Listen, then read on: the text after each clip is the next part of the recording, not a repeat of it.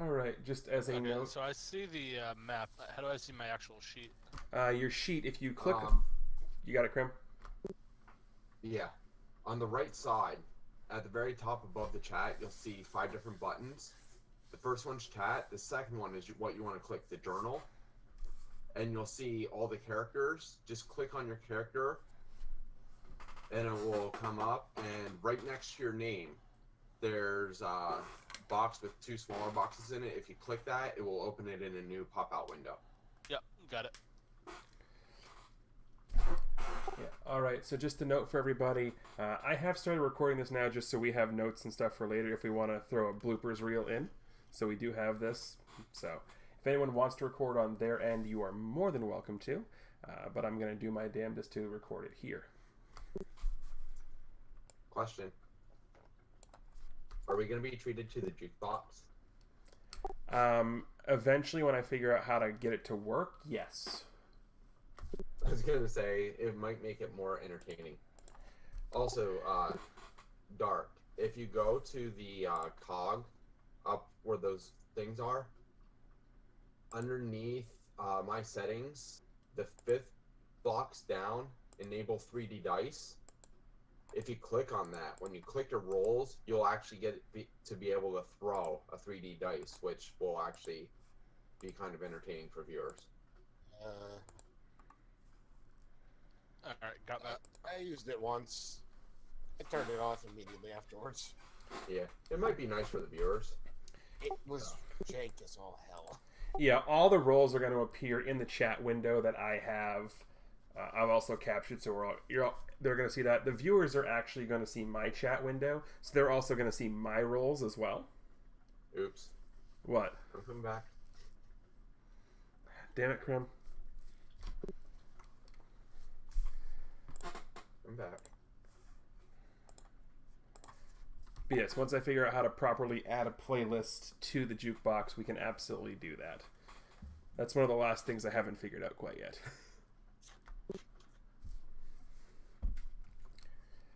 But, so, general how-to on how this works. So, everyone besides Nora has played some sort of tabletop game before, yes? Correct. Yes. Nope. There's always the one in every group. Alright, so for those of you who have played a tabletop game before, this is a whole lot simpler than your typical like D&D, all that. This is strictly a D20 system. It's the only die you'll ever be using to do any rolling is simply a D20. Everything is based off of that. When it comes to what to roll and all that, the more you play, the easier it will become. You'll be able to click on your sheets as you can see here. You can do that. If you want to make a roll specifically to the GM, it tells you right up there, but just going to be /GM roll. That's only a roll that I can see. It won't be on the public forum. Nora, this is basically... I have a map up here, but the map itself is more to give you guys and the viewers and everything a general idea of the area we're in. I'm not going to go into the whole D&D side of things where the whole map is drawn out and each square is 5 feet because there's so many different methods of movement in this game. You're working in 3 dimensions because there's flight, there's swimming, there's speed. There's all kinds of different movement methods. So it doesn't make sense for me to have a token map. I'm going to use this for the general area descriptions and to pull out tokens so you guys can see what you're fighting against. Does that make sense? Yes. As an example, I'm just going to pull Krim's token out onto the board here. Why me? Why do I always have to be made an example of? Hashtag you're the bitch. Also, you guys will notice I play completely different with TG as the GM. Yeah, so as you can see, that's just pulling Krim's character avatar. You guys can basically, on that screen where your characters are, you can click on your character, drag it out to a square, and you'll be able to pull your avatar out so you can see it. Like I said, this is more for visual effect. It's not going to have a huge impact on the game itself because the maps, again, are just for reference. How do we do that again? I'm sorry. just hover over to your character, click down, left click on, and just drag it out onto the map. Oh, okay. Gotcha. It's neat, actually. Yeah, and you can do that. As you can see, Crim's playing around. There's all kinds of different like arrows and stuff you can do, but that's again more if you're using the map for its intended purpose, which we are not.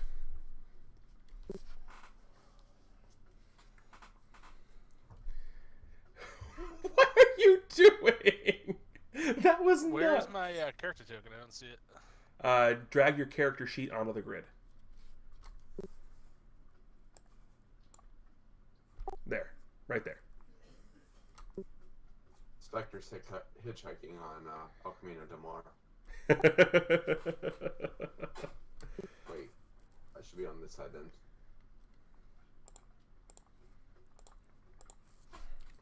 Alright, so the next big thing when it comes to playing this game as opposed to like a D&D is this game has a method of, luck or whatever it refers to as hero points. Now, everyone at the beginning of every session will start with 1, and you earn hero points throughout the session by playing to your complications, by me as a GM invoking one of your complications, or by just doing something from my perspective that makes me laugh, makes me chuckle, that I think is awesome. They're, pretty willy-nilly with how they get rewarded. Now, what hero points allow you to do is they allow you to do a bunch of different things. The most common one is to re-roll a check. So say, for example, you're making a save versus, a mind control effect, which is a will save. And you need to beat a difficulty class or DC of 22. And you roll, and you get a 13. And you really don't want to fail that. So you pay the GM your hero point, and then you get to re-roll one failed check. The catch with that failed check is if you use a hero point, then if you roll anywhere between a 1 and a 10, you're going to add an additional 10 to your roll. So say you rolled a 9, it would be 9 plus your modifier plus 10. So say you had a will of 8, 9 plus 8 is 17, plus the 10 is 27. But if you roll 11 or higher, you don't do that? Correct. If you're on 11 or higher, you stick with your roll. So if you roll an 11, you have an 8, you're getting a 19. There's nothing you can do about it. You may spend 1 hero point per round of combat, which a round is basically once everyone in the combat has gone through, it's taken care of. So if you receive a hero point for something in combat, say, for interposing for an attack or something like that, the hero point you gain in that round of combat cannot be used to directly affect the reason you got it. So say you're jumping in front of a blast that's going to hit a bunch of innocent children, for example. You can't use your hero point to re-roll that save to stop taking the damage.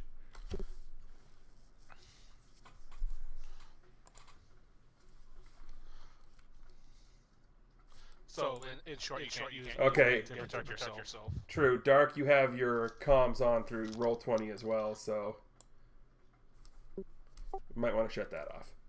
Because there was some echo. Or we can all just mute you, one of the two. But what was the question now? Hold on, I'm trying to see how I disable that. Settings, it's near the bottom. Okay, should be all set now. I just muted you for now anyway. Yeah, that's what I did. I have the volume on this down all the way. Yeah. Okay, so what was the question now? No, it's basically so you can't use what you would earn as a reward to earn the reward, basically. Correct. Yeah. The next hero points allow you to do a bunch of things. One of the things they'll allow you to do is edit a scene. So say you come up with this great idea, to take something out, and you just need this certain chemical to be there. Okay, the chemical's not in the location, but by spending a hero point, you can, oh, hey, no, look, there's a random vial of, hydrochloric acid sitting on the floor, type of deal. So you can use the hero point to do a minor to medium edit of the scene, depending on what's going on. You can use a hero point to instantly recover from fatigue, exhaustion, certain effects like that. All those effects are sort of the things that you can be afflicted with due to the affliction abilities. things of that nature. And the final thing that you can use a hero point for is to counter an effect coming your way. Now, the book describes to counter it is you'll use a hero point with a prepared action to make an opposed attack or opposed roll from how you're going to counter it. It's extremely convoluted and extremely messy, and frankly, me personally, I don't like it. So one of the few house rules that I do have is if you're going to instant counter using a hero point, you can do it. There is one thing you cannot instant counter, and that is a natural 20 crit. Anything else is perfectly fine. And when you instant counter an attack, because this is a storytelling, medium, tell me or describe to me and whoever else is listening how you're going to counter the attack. For example, I'm going to use, Dark, you have a laser sword. A giant fireball is being shot your way. Your instant counter could be, at the last second, I managed to, quick draw to the laser sword and hold it up, and it cuts the fireball in two. It's just, it's a little out there, but it makes sense. That's my big thing, is as long as the instant counter makes sense, I'll run with it. Considering how quick draw, so that would work. That's why I pulled it out. I have all your character sheets here on my other screen. How do I change the shuriken to my actual picture? Portraits can only be changed outside of the game. Like, you have to leave here, go change it in your settings, and roll 20, and then come back. Gotcha. I'll do Yep. that then. Mm-hmm. Now, the other big thing for me personally is I'm big on telling the story, making sure you guys are all involved in the story. So if there's something you want to see from your character, please let me know. I'm going to do my best to describe, give a little bit of an idea of what's going on, but I'm going to let you guys sort of run with the narrative. So a lot of what I like to do, the first session excluded, of course, because this is going to be more of a setting the table, but once everything's sort of been established, what I like to do is like to give a recap of what happened and set the stage of, oh, you guys are here, what are you doing? And let you guys run with it. And then I'll sort of pipe in when I need to.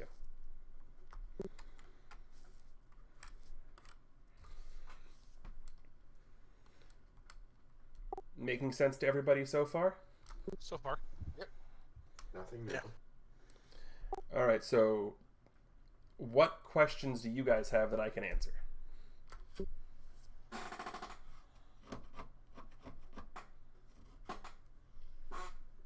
That's a really open question.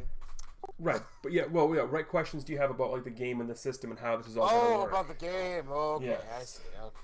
There's always the one wise guy in every group. When he's the artist, that means we're gonna kill him eventually. I mean, you can't kill the cute little otter. Fine, just the player playing the cute little otter. The otter can live. Well, that's fine as long as the character lives on. So my question is, how many people from Kingdom Hearts are we going to see? As of right now, none. At least not in the first thing I have planned. I do have stuff from Kingdom Hearts built. I believe I know you do. I've only got a Cyax and an Axel, that's all. So, I guess I do have an actual relevant question to the game. On these play sheets or whatever it is, there's a section called extra effort. What exactly does that mean? All right, extra effort. Extra effort is an ability where it allows you to, when you're in a standard combat, you get technically 3 actions, but you get a move. A free action really doesn't count. You get a move action and a standard action. A standard action is attack, all the typical things you would expect: attack, punch, grab, whatever. Extra effort at the cost of, at the end of your turn, gaining an additional degree of the fatigue counter, which is fatigued, exhausted, incapacitated, or asleep, depending. You can give yourself one of those statuses at the end of your turn to give yourself another move or standard action on your turn. So, say for example, you really need to hit the hit the guy you're fighting because whatever reason, you throw a punch, you miss. You extra effort to throw a second punch to try and hit to do something. It basically you're pushing yourself a little bit beyond what you should be capable of. Gotcha. And the penalty for taking one of those again is just the fatigue status? It's cumulative. So the first time you do it, you become fatigued. If you're fatigued from something else, you become exhausted. If you push yourself the third time, you'll fall incapacitated. Oh. So, yep. Incapacitated is basically there is a dying status in this game. It's sometimes we'll get to that, sometimes we'll not. It depends on the person you're fighting and all that. Incapacitated is basically it's going to take you a minute to recover in game time, or an hour depending on how it works. A minute is from the affliction version, an hour is from the you failed a toughness save and or you inflicted it on yourself. Combat rounds, I like to do them in 10-second intervals as opposed to 6, just because 10 is a lot easier to math out. Interesting. That's cool. Now, for those of you who have played games like a D&D, you don't have health, you have toughness. That's going to be the main stat you're saving against. So with toughness, basically, physical attacks are going to go after you, and you'll roll against their difficulty class based on your toughness plus the roll of the d20. Now, the other big thing is you'll see dodge and you'll see parry. Dodge is your defense against ranged attacks. Parry is your defense against melee attacks. When determining what that is, take whatever your score is for dodge or parry and add 10 to it. So for example, if your dodge is 11, the number that the attack roll has to hit is 21.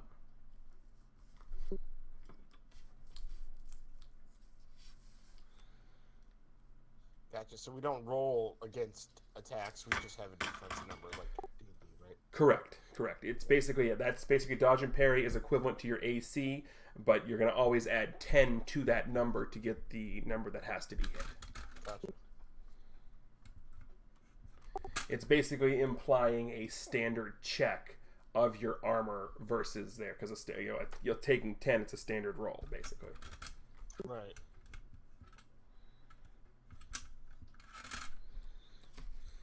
Can you heal, like, in battle? Like, if you have one of these degrees of failure?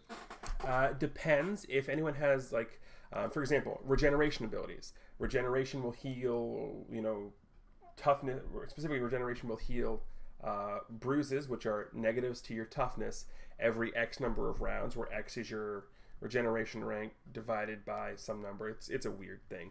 But regeneration 5, for example, which is the max that I like to allow because regen 10 is too powerful in my opinion, will regenerate a bruise every 2 rounds. As for healing in battle per se, you can take a full round action, which is your entire turn, to shake off the staggered condition. Staggered occurs when you fail a toughness save by 3 or more degrees. Now, degrees of failure in this game go by 5. 1 to 5 is 1 degree, 6 to 10 is 2 degrees, etc., etc. This is going to be a thing I'm going to understand better as we play it, I think. Yeah, absolutely. I'm just sort of getting all of it out here so Right. you at least have a general idea. Speaking of TG, especially Nora not doing tabletop before, you mentioned about it. You do enact take 10, right? Depending on the situation. Right. Yeah, if it's passively going on, there's nothing actively, hindering you, you absolutely can take 10 or 20, depending on the situation.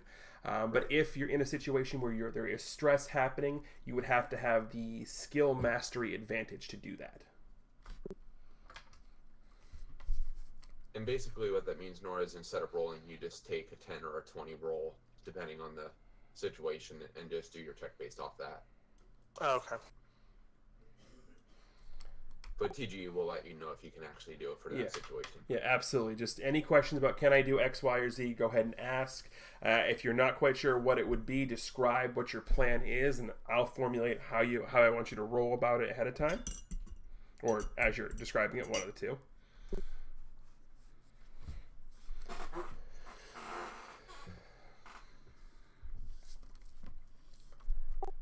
So, trying to think of what else to address that wouldn't be better covered as a quick little aside in the when it comes up category.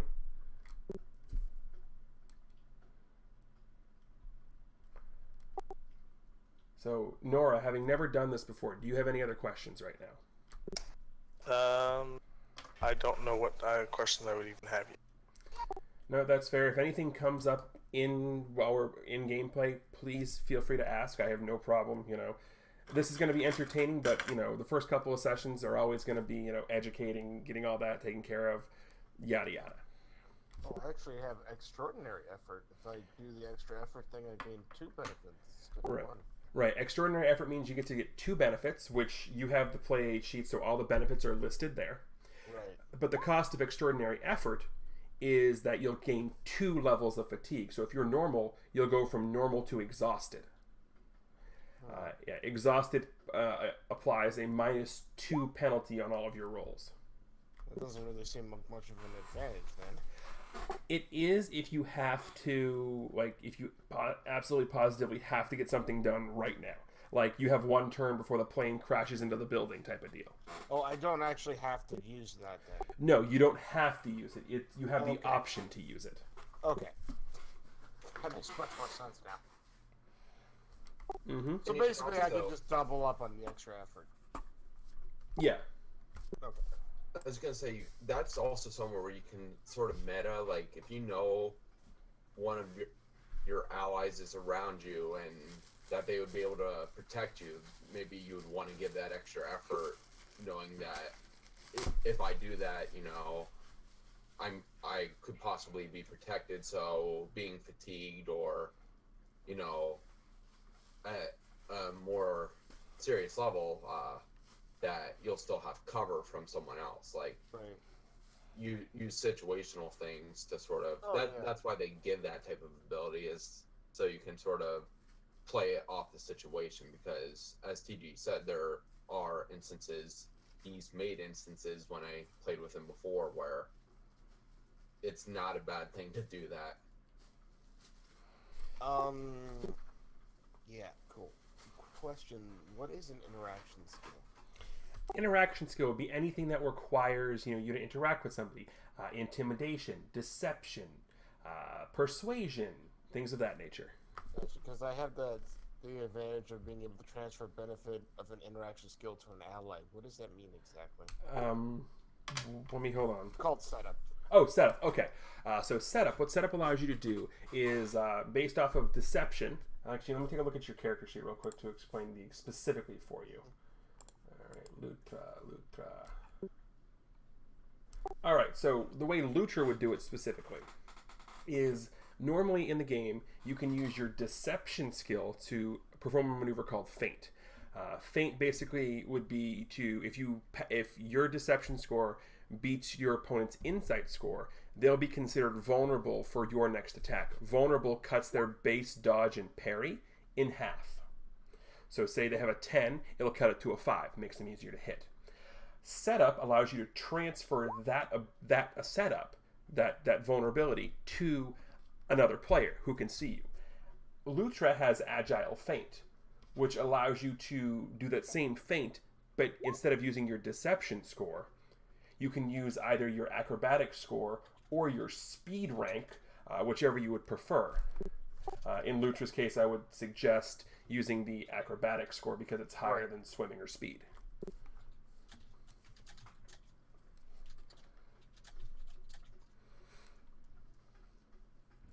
So yeah, when with setup specifically, they're talking about something like that.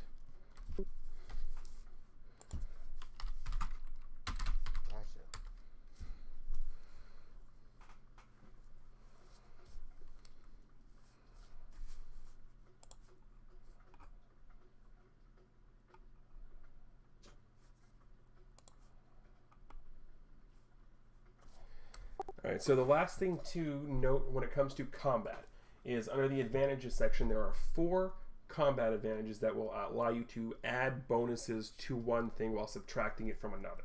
They are all-out attack, accurate attack, defensive attack, and power attack. Okay? So all-out attack will allow you to trade your active defenses for an attack bonus. You can do all 4 of these actions at a option of either +1, -1, or +2, -2 if you don't have the advantage. So say you want to all-out attack, you don't have the advantage, you can take 2 off your active defenses, which is your base dodge and parry score, and add 2 to your attack bonus when you really need to hit. You're basically making yourself vulnerable so you can hit with all-out attack. Accurate attack is the exact opposite. You're not the exact opposite, but accurate attack is you're swinging a little bit less hard to guarantee you hit. So accurate attack trades damage for accuracy. Power attack is the exact opposite. It trades accuracy for damage, and defensive attack trades damage for defense bonus. These aren't on our sheet, are they? They are not on your sheet unless you have the advantages. You don't have. Lutra doesn't have any of those advantages.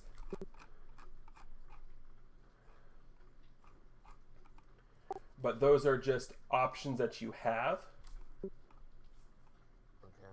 And if you like, and that's one of those things where the more you play, the more you'll look into it. And I'll, for the first couple of sessions, I'll definitely remind you. Oh, one other thing I forgot with hero points, and this is a good one. If you're stuck on something, whether it's, if you're stuck on something plot-wise, that's boo on me for, not giving you enough information. But if you're stuck on something because of a series of horrible rolls, you can spend a hero point for an inspiration. And basically that's in the form of a hint, clue, something else. I'll give you something to sort of push you in the right direction.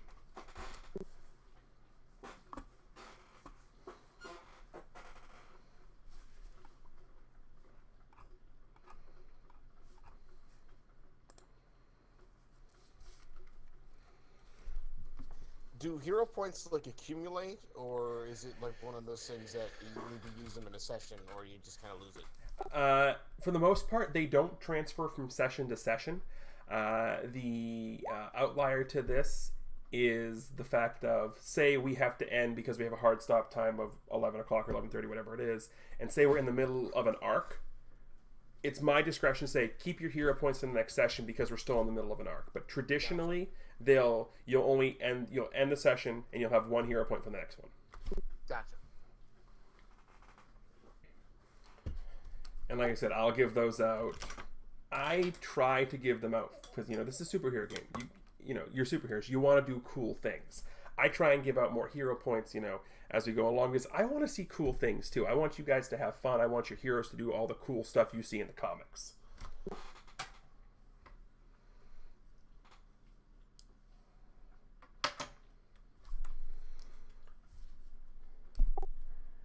Any other questions based on looking at character sheets in any of that? Does Hero Labs have a place for us to put how many hero points we have? Just like that? Yes, it does. Oh. I forget where, but it does. Oh, there's all that stuff. Maneuvers, accurate attack, all-out attack. Yep. Yeah. So for those of you who have Hero Lab up on the top tab, no, the maneuvers don't print out, but the in-play tab specifically will have you a hero point section. Well, that's actually pretty cool. Mm-hmm. It's like one little station for the whole thing. For those of you who have Hero Lab, that in-play tab is fantastic. And also, you'll see OPT that it also tells you exactly what you can use hero points and extra efforts for. Yeah, I see that. That's cool. Oh, wow. Hey, yeah, cool. Awesome. And also, damage condition tracking is actually beneficial. So, use it if you can. Yeah, which is the adjust tab right next door. One final note when it comes to saves. If you fail a toughness save by 1 tier, you take a bruise. If you fail a toughness save by 2 tiers, you take a bruise and you gain the dazed condition for 1 round. The dazed condition means you're limited to either a move or a standard action for that round. If you fail a toughness save by 3 tiers, you take a bruise and you gain the staggered condition, which you're still dazed, and staggered doesn't go away at the end of the round. You're dazed and hindered. Hindered means you're moving at -1 speed rank. So your normal, if you have no speed, you're 30 feet per round. If you're hindered, you cut it in half. You're moving at 15 feet per round. If you fail a toughness save by 4 tiers, you go incapacitated. And if we go farther than that, then we'll get to it. You may take a full round action to shake off staggered once per combat. And tiers again were values of 5. Is that, Yeah, 1 to 5, 6 to 10, 11 to 15, etc., etc. Okay. All right. So looking at my sheet, TGE, my toughness value was 0. Is that accurate? Your toughness value is not 0. I didn't put any toughness saves on the sheets in Hero Lab, specifically in the sheets in Roll20, because between you having your character sheets or Hero Lab, you're going to be going by that.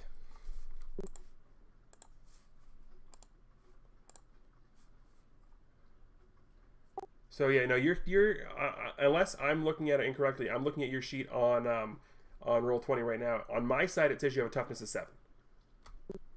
Okay, yeah, I see that now. Yeah, because it looks like it says 0, 0 plus 3 plus 4. Yeah, the 0 is how many points you have into it, because technically your toughness, your other 4 points of toughness comes from the bulletproof vest. You didn't invest any power points into it. It's a miscellaneous effect. That's why it's there. Also, what I want to try to do is get the PDFs all together and put them on the site. So I can update this every week. I can upload the PDFs to the handout section right now, actually, if you want me to. Well, no, I was saying it more for so we can have the bot give it to the viewers so they can see our character sheets on a weekly basis. Oh, absolutely. Yeah, we can do that. And we can also upload if it's a villain you guys have completely taken out, not one who escapes, I'll upload those character sheets as well.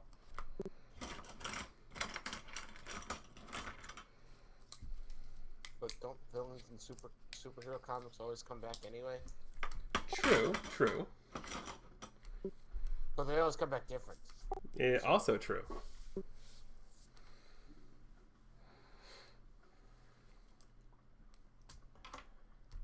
Any other remaining questions, gentlemen?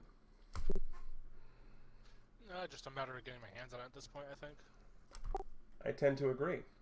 I think that's the same. Just kind of understanding and seeing how it works. Yep. In that case, would anyone be opposed to starting up?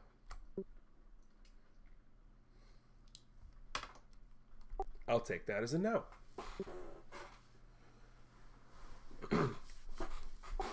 All right. So what you are looking at the map in front of you is a zoomed-in map of the Seacliff area of San Francisco. Now, this game is taking place in Bay City. Bay City is a combination of San Francisco and Oakland.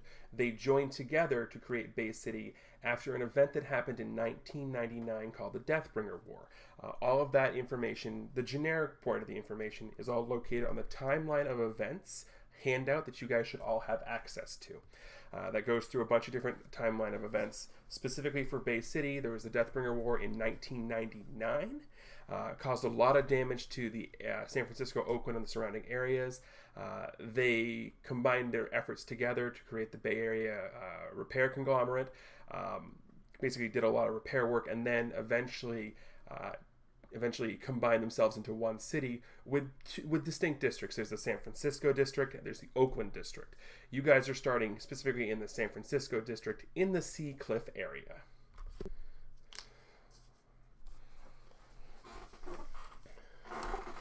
So with that, yes. So PG, just reading this, Yeah. I'm kind of chuckling Okay. because it's still relatable to our previous. It is. So I'm keeping some of the worlds from the previous stuff in here because I like it. So yeah. So Where do I see these handouts, by the way?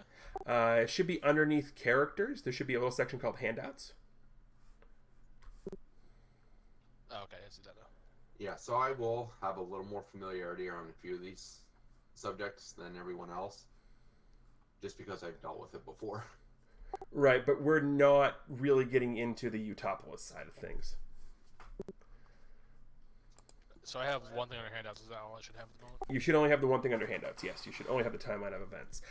Any notes, trinkets, anything you find, I will put it into there. I will allow everyone to see it. All of that. As of note, currently in the game, we are in. Actually, need to remember that now.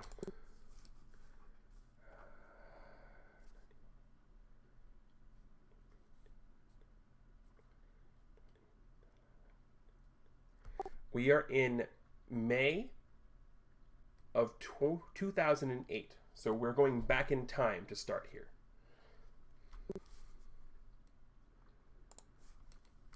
We're about. You said there was a title to this. This is the yes. Episode 1 is titled "New Beginnings," or issue 1, excuse me, because this is a comic book. So this is issue 1, New Beginnings. Now, when it comes to names, sometimes I'll tell you guys at the beginning of the session. Sometimes the name spoils what's going to happen, so I'll tell you at the end of the session.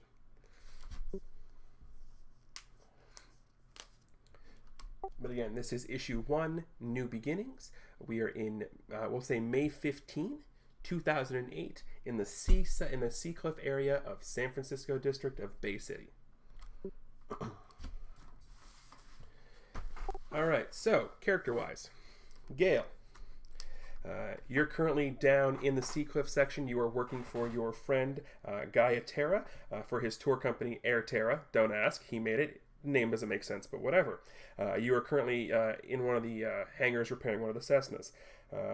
Because of the nature of how this business works, it is, a lot of the tours for out in the bay, the islands, Alcatraz, things like that. It's by necessity down on the waterfront. So you're somewhere over in the Seacliff area of town. You're approximately, give or take, around here. You said Seacliff. I went down to where Seacliff, San Francisco is. Right, but this is the whole Seacliff area specifically. But it's a lot easier to house Cessnas in the warehouse district because there's warehouses. Lutra. Yeah, but there's no room for Water launch. runways. Water launch. What was Nora's character's name? Anton. Okay. Lutra. You have made your way here from wherever it is you were. Your past is your past. We're not going to get into that. But you have made your way down to the Seacliff area of Bay City. We're using that fancy little belt of yours to blend in, and you have a job working the docks as a fishmonger. A perfect place for an otter on the run to hide. Right? And of course, these docks are in the Seacliff area of San Francisco, somewhere kind of basically where Spectre's portrait is. So, like around here-ish? Ish, yep. Anton, you have retired from the outfit you were working for. Initially, you had joined them thinking, it was going to be you were going to be a soldier, you were going to help people, which is what you've always wanted to do. And you kind of learned a little bit about what they were doing and the people they were, getting their stuff from, and it kind of didn't sit well with you. So you've retired from doing that. The one thing you took with you, of course, is the suit that you were using. So you're now here. You've retired, in quotes, down to the Seacliff area of the San Francisco section here, and you've sort of been taking any odd jobs you can get right now. Considering you're a large dude with a battle suit, one of those jobs is pretty easy to get for you is dock security. So currently you're down on the docks working security somewhere in, this general vicinity.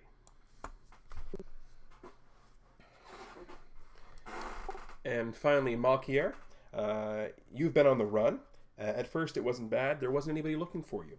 But after a bit, your lack of job skills started to catch up with you. I mean, sure, you could take some odd security jobs here and there, which was fine, until your aggressive way of handling violators sort of got in the way. Got you fired for most of the security details and security jobs you ever did. Nightclub security, warehouse security, things of that nature.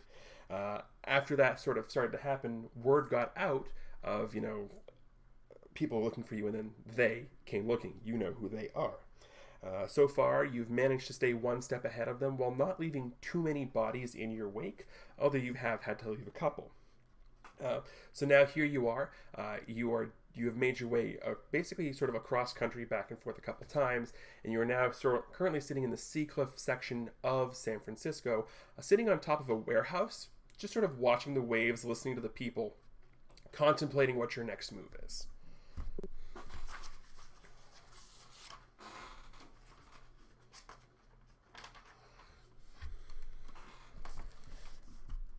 So before we get into any more of the sort of meat of what's going to happen, any sort of off-kilter initial development role play that anyone wants to do before we get into it?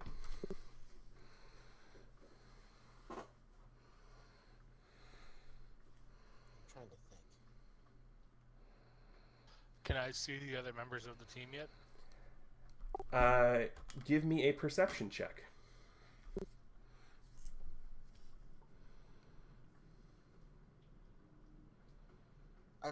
I'm sorry, I forget. So what would you say my position would be? Like just a fish seller, or I'd be a fisherman? That's up to you. I'm probably really good at fishing. Thought I'd be really good selling them too. Oh crap. I don't know. That's why I use the term fishmonger. Now, Dark. Right. Dark, on the character sheet itself, Okay. if you go down to the skills section, which is right there on that first page, you can click the die right by perception and it'll roll it for you.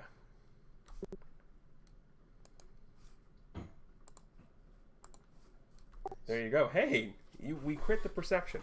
Okay, so looking around, you have a nice high vantage point. Just by default, with the way it's worked, you're not going to see Gale because he's inside a garage working on a Cessna. So you're not going to see him no matter what. You do. Which one is Gale? The ghostly looking thing. This one. Okay. You do definitely see a sign depicting Air Terra Tours, so you definitely know where that is. The easiest thing to pick up is watching the dock guards. It's a port. It's a fairly large port. They have to worry about smuggling. All the typical dock things you're going to worry about. So you see a guy in a giant freaking piece of armor, which isn't that uncommon in a world full of superheroes. Just sort of standing guard at one of the docks. That's an easy thing to see. The final thing you see is you don't see it more as you hear it. You hear this very excited voice talking almost too fast, describing the fresh fish catch of the day. This, to you, you really can't relate to it too much because you haven't had the experiences that would be related to it. But if your character himself would have known about this, it would remind people a lot of a excited child on Christmas morning telling their grandparents about the toys they got. Okay, so at this point, I probably just take my surroundings, see what's around me. Maybe move myself to a vantage point just to keep everything in front of me since I don't like stuff behind me. No, that's perfectly fine. Lutra, really quickly, roll me a persuasion check. Hold on. Shoot up. Persuasion. That's perception. There we go. Okay, as excited and happy as you are for these fish, you're talking way too fast for anyone to understand you, and unfortunately, you're not making much headway selling the catch. That's really unfortunate considering what I just typed into my notes. Let me share with you. Lucha works on the docks and as work in a fishmonger. There you go. I changed that is the thing. That's he funny. cuts and fish and sells them at the market. And he's very good at it. I should Except- add the cutting part, not the selling part. The one fringe benefit, of course, is you have dinner tonight. Right, exactly. All right, just to see how well the repairs are going, Gail, go ahead and give me a vehicles check, please.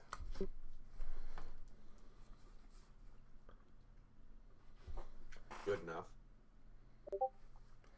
Yeah, I would say that's a pretty good roll. So actually, this particular Cessna you've been repairing has been giving you a bit of a pain for a while. There's just been a rattle you couldn't fix, couldn't figure out, and just for some reason today you happen to look around and you can torch your head in just the right way, and you managed to figure out what was going on. So you're actually feeling quite happy because this has been an absolute pain in your backside for a good week. So you actually finally figured out what the heck the problem was, and you now can put this plane back in service. Also, that should be a 26. My ranks are off. Okay, then go ahead and adjust them. Finally, Anton, go ahead and give me a perception check as you are down at the docks. Where is perception? Right-hand side of the sheet, about midway down. Oh, okay, I see it.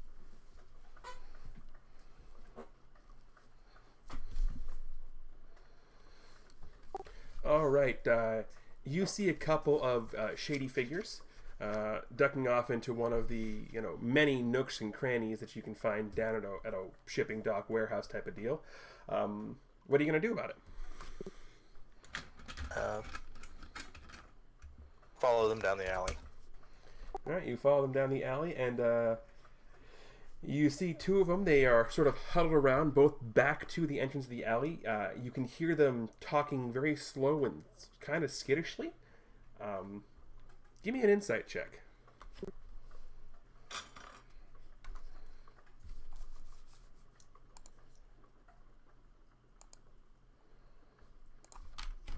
All right, you're not sure entirely what's going on, but your gut tells you that they're not here to cause mischief on the docks. Something tells you that they're sort of here because it's dark and secluded.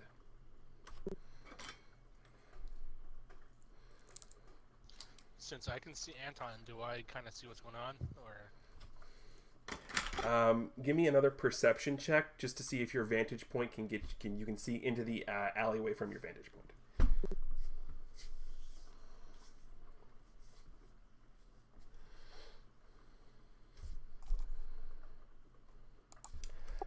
You sort of see him round the corner, but unfortunately from your vantage point you do not know what's going on in the alley.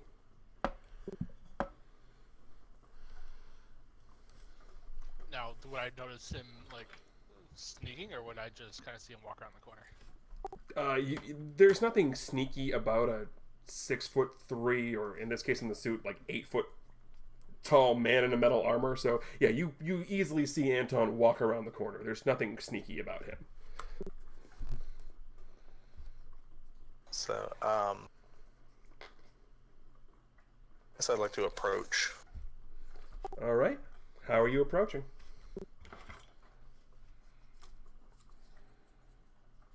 Hammer drawn. Alrighty. Hold on here.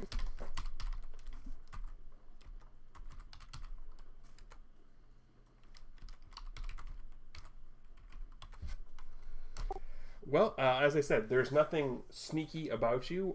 One of them doesn't notice you.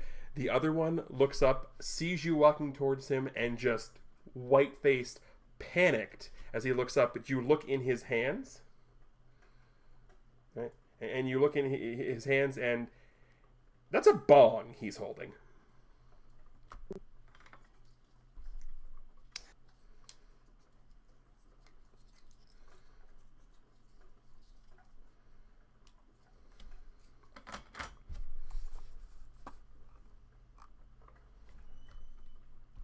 So how do you react to the two about 16, 17-year-old kids doing bong hits in your alleyway?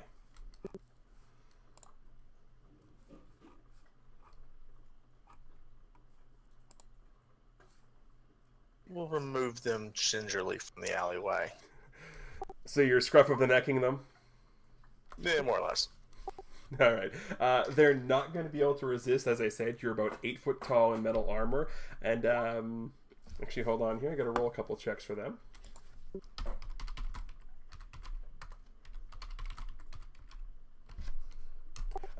Luckily for you, neither one of them crapped their pants, which would have been a pain to clean up.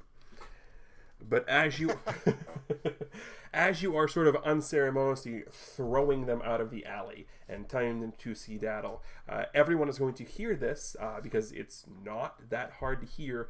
There is going to be a giant explosion coming from one of the warehouses, specifically one about here.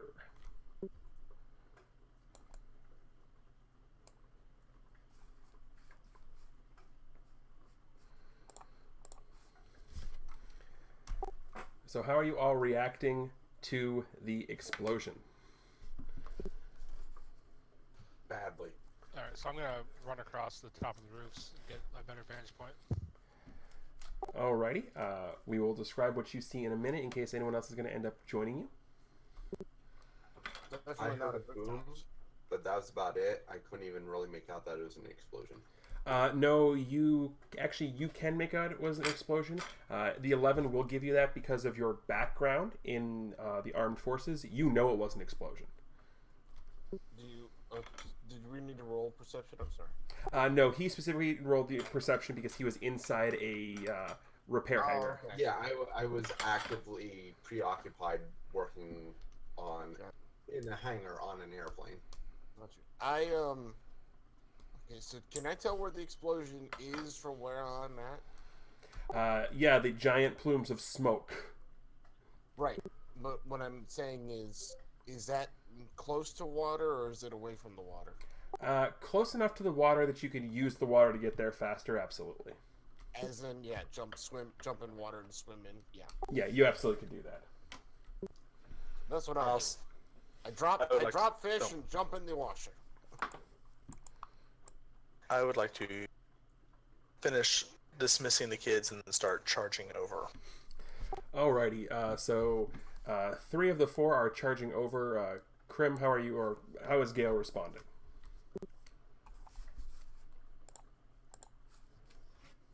I'm stepping out of the hangar, but I'm guessing it's still like midday, mid-afternoon, somewhere around there.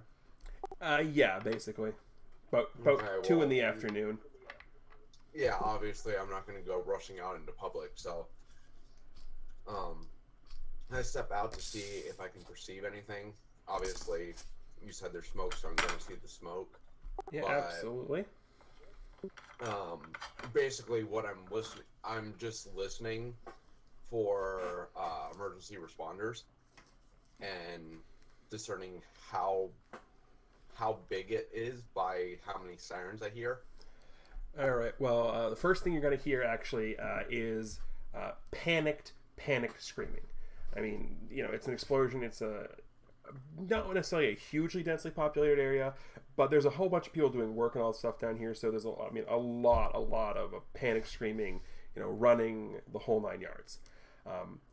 So that's pretty easy. It's going to take the responders a couple minutes to get here because, you're reacting about 30 seconds into it. So you're not going to necessarily hear any emergency response vehicles at the beginning. For the 3 of you who are making your way over there, you guys are going to see something a little bit different. You're going to be moving yourselves into the wreckage. It's going to take a little bit for Anton to get over there because he's sort of running through people running the other way. But you're going to see a couple things that are a little on the crazy side. And the first thing you guys are going to see is going to be... so you guys all should have a handout now that is a picture of what you guys are going to end up seeing. People are also seeing it on my side of the screen as well. Is that a freaking Pokemon? No, that is not a Pokemon. Digimon. Nope. Robot from the Mega Man NT Warrior anime. Of course, that's why I didn't know it. But it was Nobody played that. Yeah, but it was it's the best thing I had to describe this. Perfect, I like it. Those NT games are great, but that's a side note. So, as I'm running down Trim, or running across, would I pass Yucha? No, because the otter is in the water. I like that. TG, important question. Yes. When people started scrambling away from the area, did any run in my direction? Give me a quartile, which is a set of 1 to 5, 6 to 10, 11 to 15, 16 to 20. Second. Alrighty. They did. Okay, well, the second I see people running in my direction, I immediately run back into the hangar and put on all my motorcycle gear, so no one sees me. Fair enough. Yeah, nothing's worse than panicked people seeing a ghostly figure. You're 100% correct, and that is going to trigger your monstrous complication, so take a second hero point. Ooh.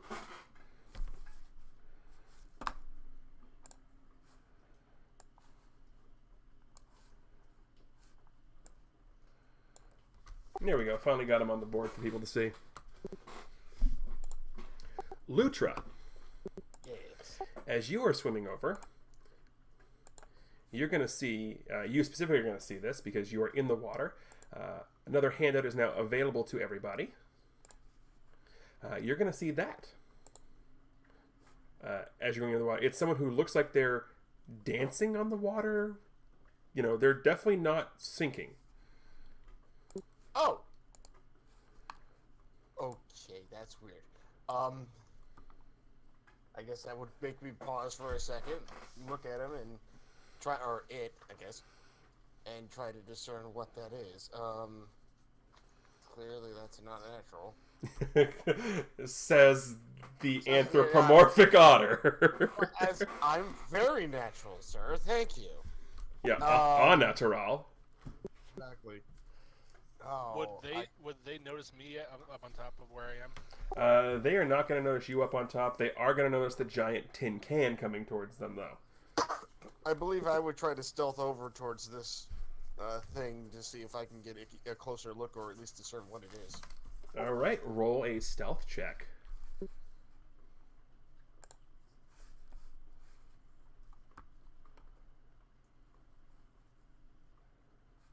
33.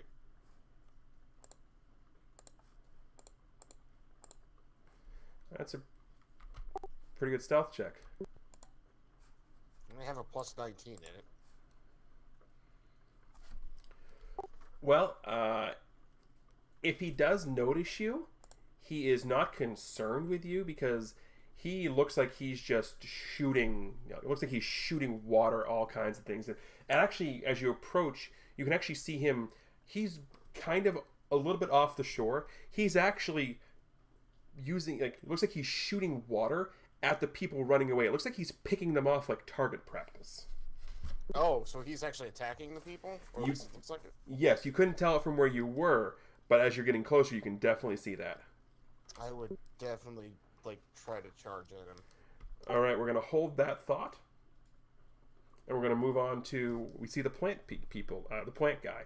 Actually, as you come back out of the hangar, Gale, you actually notice, you as you're putting your clothes back on, the motorcycle stuff back on, it sounds like the panic is intensifying. And as you sort of walk out with your motorcycle gear on, which I'm assuming you're doing. Yeah, that's kind of what the line entails. Yep.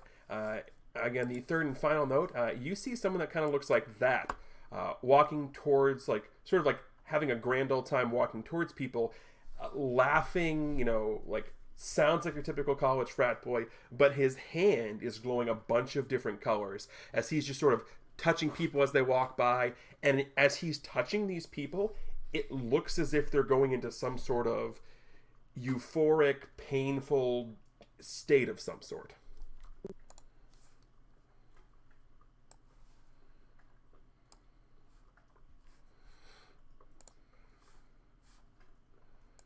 Okay, Alright, we're so going if to they leave my can't line see because me up on top, apparently, but I can see if I them. see that, I'm not moving. What was that now? Go ahead, Grim. I said I'm erasing the line because obviously if I see that, I'm not riding my motorcycle back to where the explosion was. Probably not. All right, so you see that. What is your reaction going to be? His hand's just glowing. I don't actually see him doing anything. No, right now, you see him as people were running, as sort of like he's sort of walking, like laughing, good frat boy having a good time. And as he's touching people, his hand will go a specific solid color, and they'll fall down. They'll start having convulsions. Some of them look like they're on. Some of them look like they're high. Some of them look like they're in pain. So whatever's happening, he's doing something.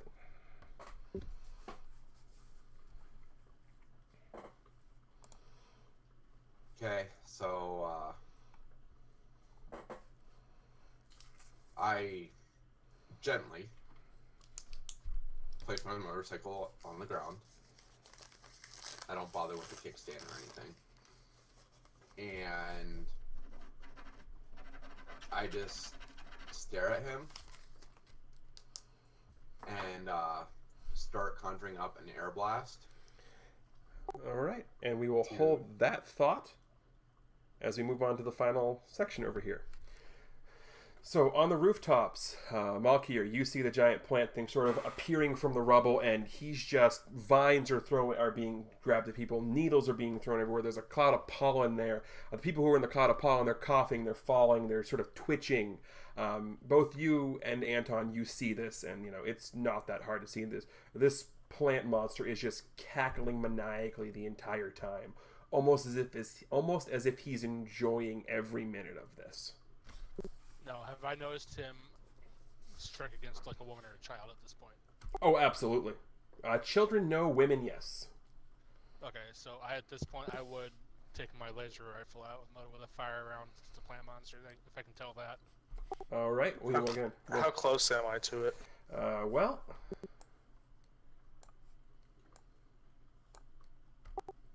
close enough to basically get there within a round of movement.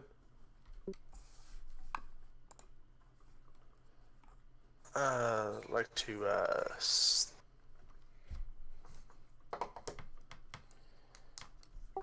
do a fire strike at it. All right. So what we are going to do here, before we do resolve all those actions, is we're going to move into our first combat. We're going to roll initiative.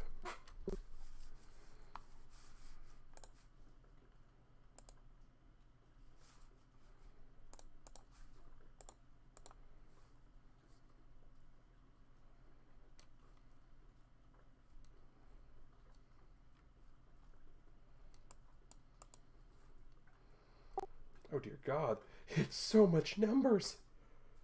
What just happened? Yeah, that is crazy.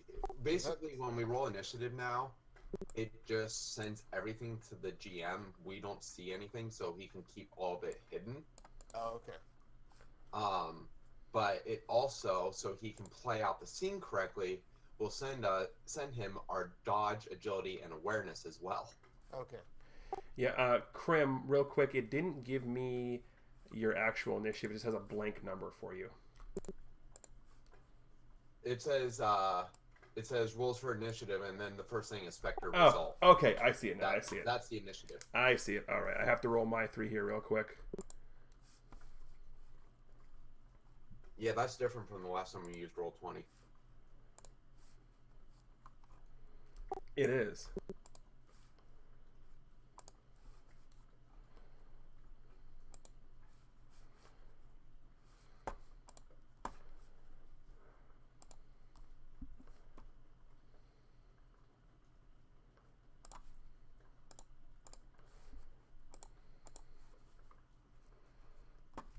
Alrighty, I'm not going to put the tracker up. I'm just going to keep track of initiative here myself because I don't know how to put the initiative tracker up yet. Something I'll figure out in a bit.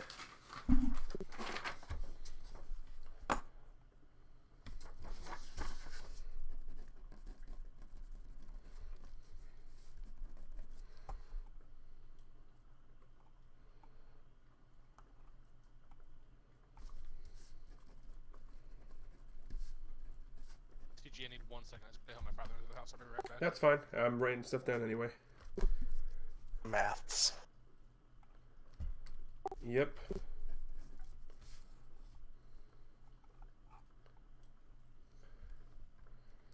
Alright, Krim, what's your initiative bonus? 5. Alright. Or no, 6. So I rolled a 5. Yep, that's fine.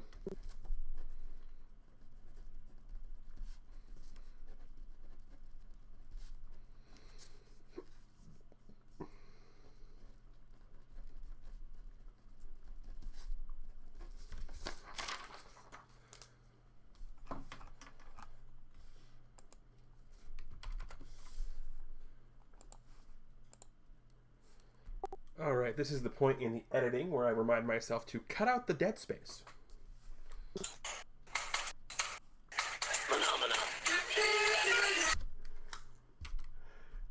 Oh, who let Nora have toys?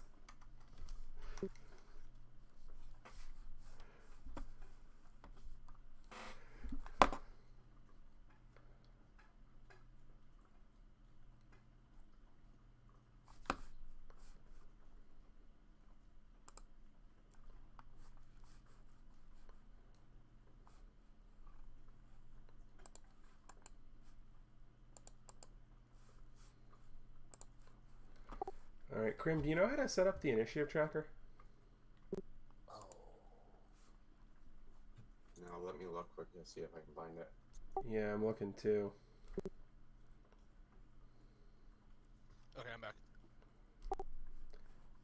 All right, well, in that case,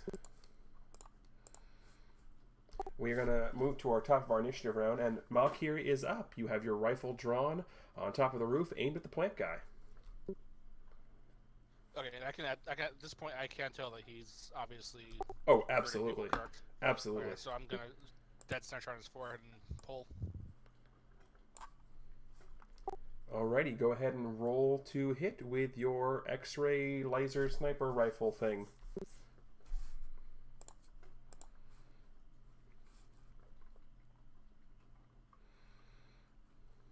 There should actually just be a clock icon on your menu bar on the side.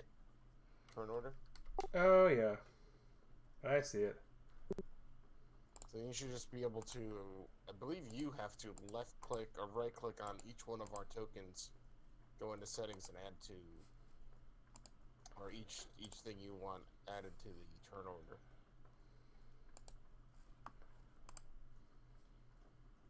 Alright, so I got a 24 with effective DC 23 toughness save, 1920 crit. Yep. Yeah. No. That's the rest of the notes I have there are just so I know what's going on. All right. So 24 will definitely hit his dodge, especially because he's not expecting it.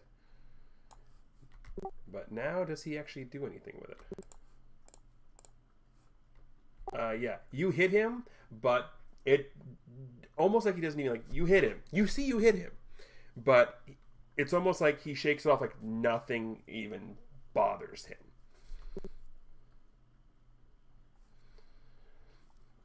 Alright, so moving on next, it is our waterbender's turn. He did not notice the otter, so he's just going to spend his turn just basically... He's spending his turn creating a giant tidal wave and sort of just washing it over onto the shore. He's going to get a bunch of people in that.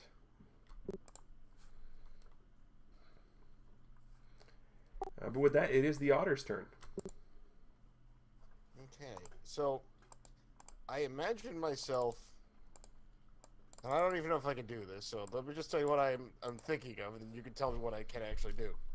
I imagine myself leaping out of the water, not unlike a shark, fish, or something like that, and lunging at this thing with my claws and teeth out, and just trying to bite into him. That works for me. Go ahead and roll a claws and teeth attack. Okay, where is that? That's just on the sheet, right? Yeah, just on the sheet. Should be somewhere underneath initiative. Okay.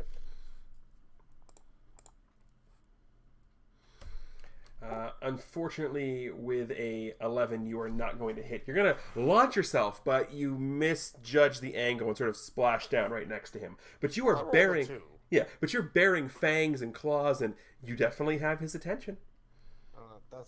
I mean, honestly, that would be fine with him, since the whole hurting the innocent people thing is pissing him off.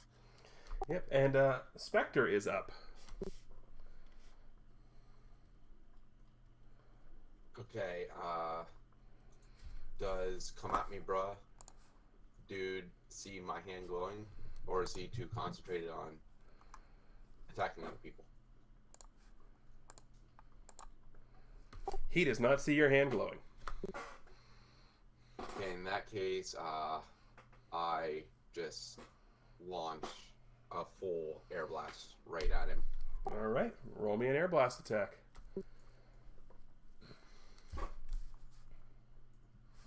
And You miss.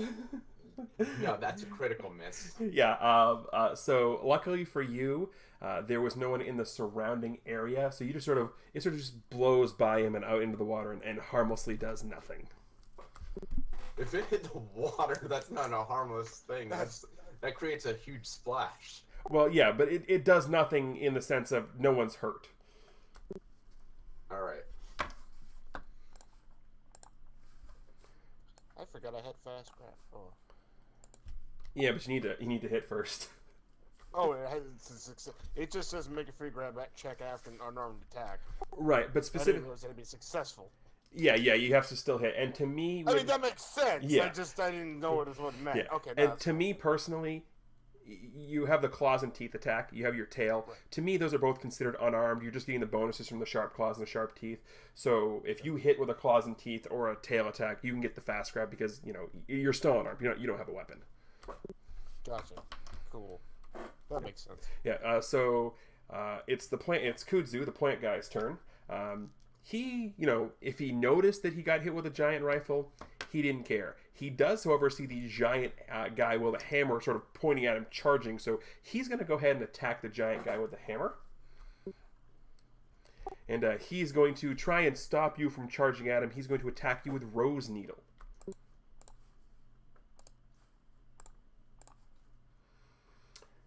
But I'm pretty sure a 12 does not hit you, Nora.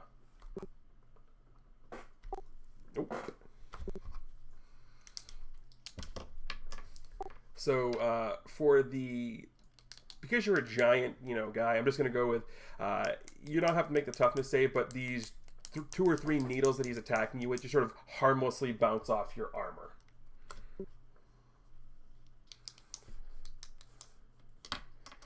And Anton is up. So, am I in hammer range or am I in? You have speed 5. You can get into hammer range. Okay. I think I'll go with the fire strike first. Alrighty, probably a good idea for you. Now keep in mind, the big thing for fire strike is you can keep it going after you've used it, but you only have 5 uses of it per session.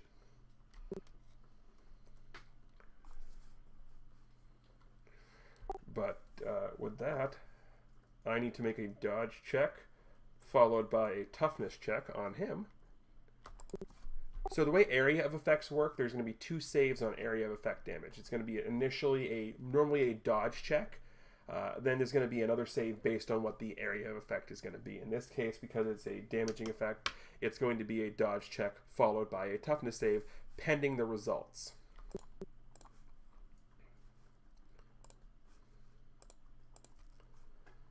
So I'm going to fail the dodge check. Because you guys are seeing my rolls here, right? Yes. Okay, good. I wanted these to be transparent. So he's going to fail the dodge check, and he surprisingly, even though he's weak against fire, which would mean he's going to take, it basically adds an extra 5 to the difficulty class he has to save. That 30 is spot on enough so he doesn't take anything. The plant guy obviously does not want to be harmed. So with my combat powers at this point, would I know that something's up with these guys? With your what? Combat powers? There's what you know is specifically you see the plant and the guy in the armor. There is 2 distinctly different things. The guy in the armor, his movement is crisp, it's precise. He knows what he's doing. He's been in combat before. The plant, this is all raw. This is running off of emotion. It feels, there's no training involved at all. There's something, off about this because there is no training. It's raw. It's basically filled with emotion.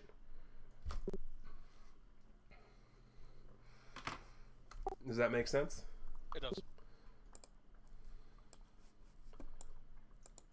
Alright, and now it is finally Party Boy's turn, which has come at me, brah.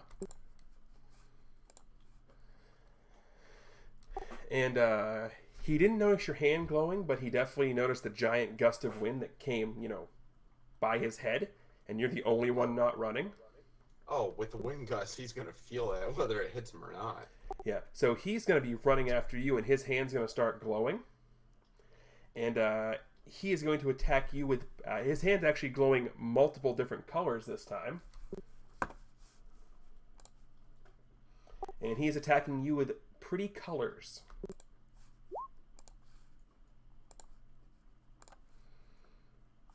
Does a 22 hit you? It does.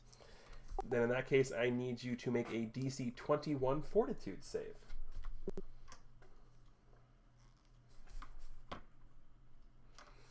I right, 14 is going to be a fail by 2 tiers. So in front of your eyes, there is just all kinds of... It looks like someone's shining like a strobe light right in your eyes. Just multiple colors. You are visually disabled, which means all checks involving vision, including attack rolls, are at a -5.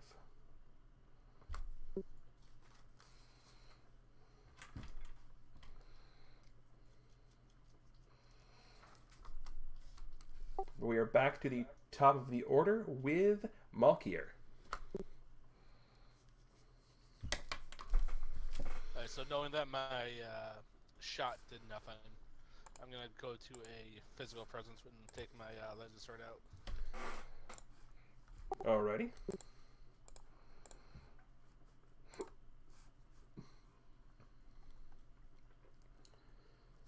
You can jump down and get him. Roll to hit.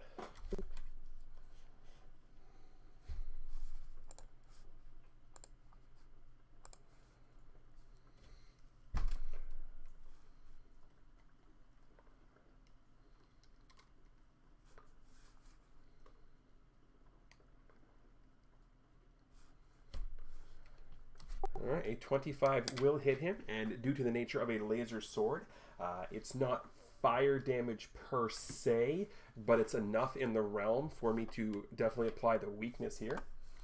So it's technically a DC 26 he'll have to make here. Which he'll make. Apparently the plant is just having none of any of you.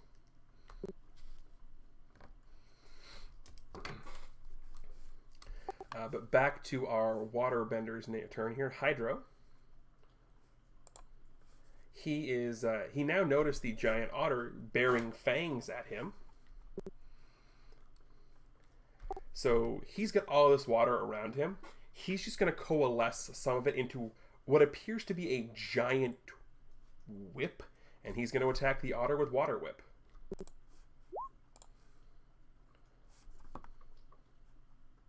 Does a 19 hit you? Which one is that again? It's going to be versus Parry. 23, no. Alright, so he misses with the giant water whip, which, by the way, everyone around can hear. You know the sound when you just crack something on the water? It just makes a loud snapping noise? It's that it's that times 10, so everyone hears that, definitely. So yeah. But it's the otter's turn.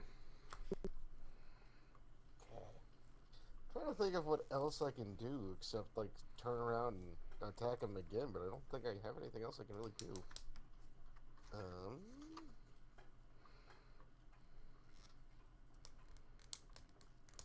Tell you what though, I believe I am going to go ahead and do accurate attack.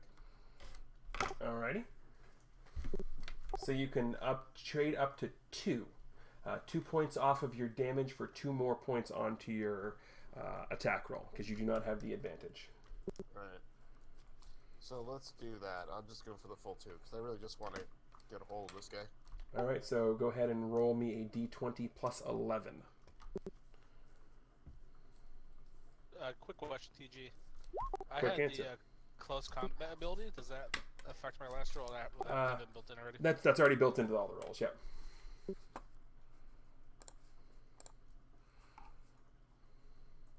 Alright, you are, even with the accurate attack, you're still going to miss him. He's just as dodgy as you are. Yeah, I can move. I've got move by action, so... Yeah, you can... Yeah, you can swim up, try and swipe at him, and then keep going. You can absolutely do that. Yeah, I think what I'm going to do is kind of swim away a bit to well, keeping my eye on him, just backing off so I'm not, like in his face when he tries to whip me again. No, fair enough. Alright, Spectre is up. Okay. You said I was blinded from the attack, right? Right, all visual checks at a -5. Okay, am I also still staggered because I failed by 2? Nope, that would only apply to a toughness save. Okay. Alright. In that case, because I can't see crap right now, I just start start wind conditions. Alrighty. So it's for those of you who are in the area. It's not only is it all hell breaking loose, but now almost like a typhoon has sort of formed off the coast. It's starting to get. We have all the waves from hydro, and now it's starting to get windy. Very windy. I'm not going full effect, but basically everything within this whole area is really windy right now. So yeah, everyone's being affected by that because it's a 250-foot radius. No. And they are like hurricane level gusts. It's not. Yeah, so the big thing that does is it is going to reduce everyone's movement rank by 1. So adjust speeds accordingly. Krim, it is the end of a round, and you are technically can make another save at the end of the round to shake off the conditions of the affliction you are fighting. So go ahead and make me another fortitude save. Am I able to move before that? You certainly can. Okay, I do withdraw, just to try to put a little bit of distance. Obviously, it's not going to be a great withdrawal because I am sort of unable to see where I'm going, but having knowledge of the area, I just try to get about 25 feet away from him. Which you can do. And that's a single digit. Yeah, that's you're still seeing a disco ball in front of your eyes.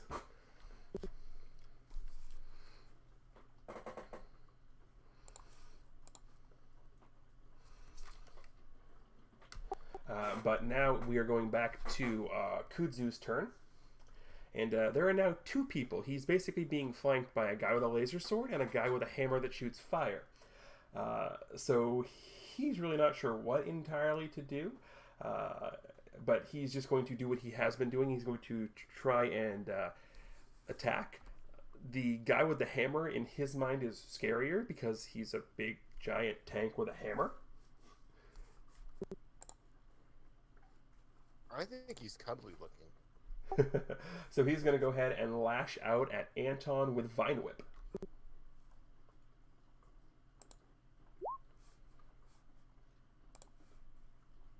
And I know a 20 does hit your 18 parry. So Anton, go ahead and make me a toughness save. The DC is 26.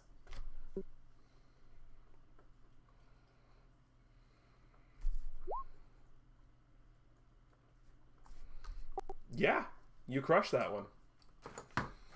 So the vine just sort of shoots at you and then just sort of ricochets off your armor. And now you're up.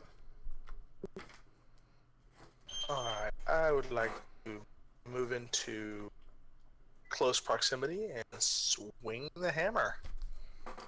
Roll me an attack check. What am I rolling? Hammer strike. Oh, hammer strike. It's not a drag, it's click. Well, the 21 will hit.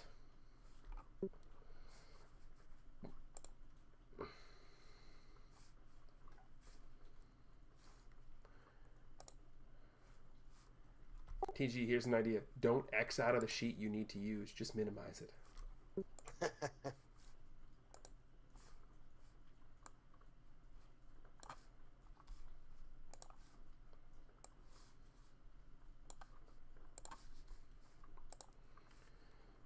Alright, come on. There we go. There we go. Sorry about that.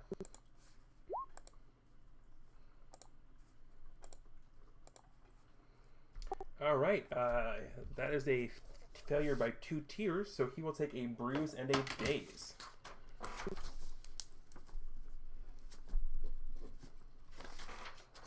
So you smack him square in the chest with your hammer.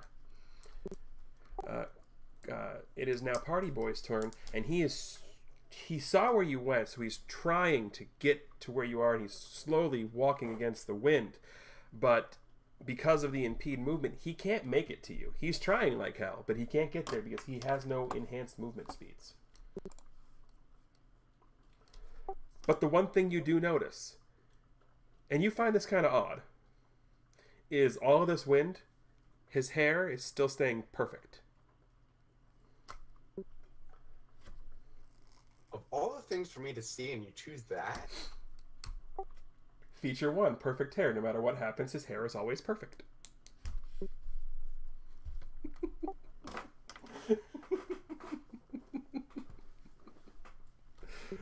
I know you counter his hair. No, you can't not instant counter his hair.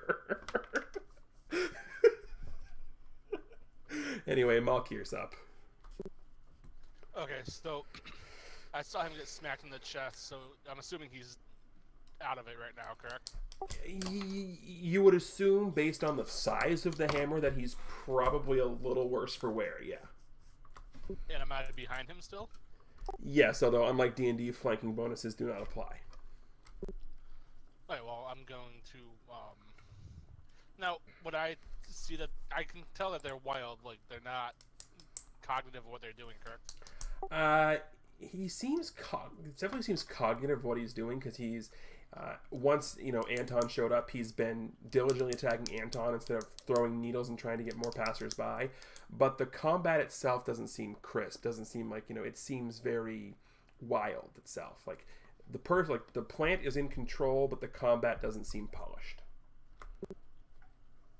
Okay, I'm going to strike him with my sword again then. Alrighty, roll to hit.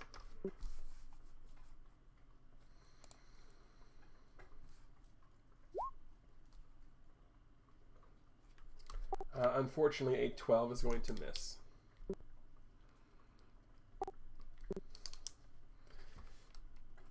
Yeah, for some reason, you see him get hit in the chest, and as you go to swing his sword, something you couldn't account for is he sort of just ducks and starts to cough just a smidge, and you swing right over his head.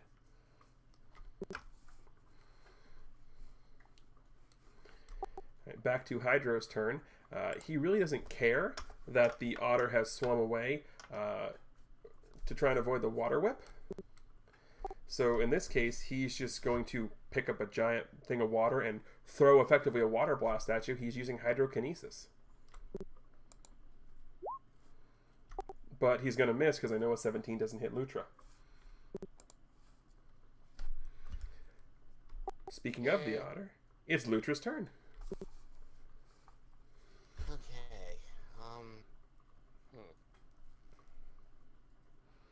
Trying to think if there's something I could do differently.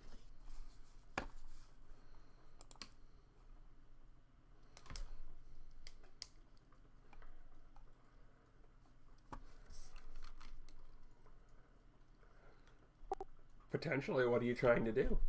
I'm thinking here. Well, I've missed him twice. What does vulnerable do again? Vulnerable cuts their active defenses in half. Gotcha. So for you, for an example, you have a dodge of 12. If you were vulnerable, you'd have a dodge of 6. Gotcha. So this agile feint thing. Yep. Fainting in general. Explain that to me real quick. All right. Fainting is... The game says it's supposed to be a standard action. I personally think it's a little much. I don't like wasting a turn on that. So to me, I like to do it as a move action, especially agile feint makes all the sense in the world. Especially as you have move by attack as well. So basically, if you're going to agile feint, you're going to roll either a speed, which in this case would be your swimming rank, or your acrobatics, versus his acrobatics or insight. If you win that roll off, he is considered vulnerable for your next attack. Gotcha. And since that's you're making that a move action, would it then be able to attack him outright, or? You would. I'm gonna give that a shot. Alrighty. So you said speed, which would be my swimming speed, which is 7, or my acrobatics, which is 9. So probably want to do that. Yep.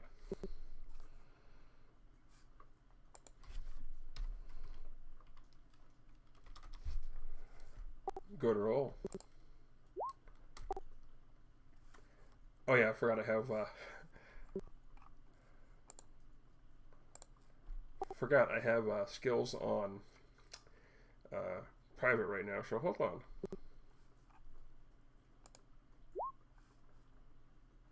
No. Yeah. So, for those of you watching, real quick, you see you're not sure what this was initially, but you see jumping out of the water, looking absolutely adorable and fabulous as he's doing it, is a giant otter. But Hydra was not impressed. You can growl at him and jump forward with teeth, I guess. Alrighty. Grin and bear it.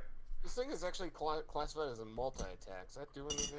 Multi-attack, basically, if you hit by more than one tier, then you'll get bonuses. So say you hit by 6, you'll get a +2 to your damage bonus. If you hit by 11 or more, then you get a +5 to your damage bonus.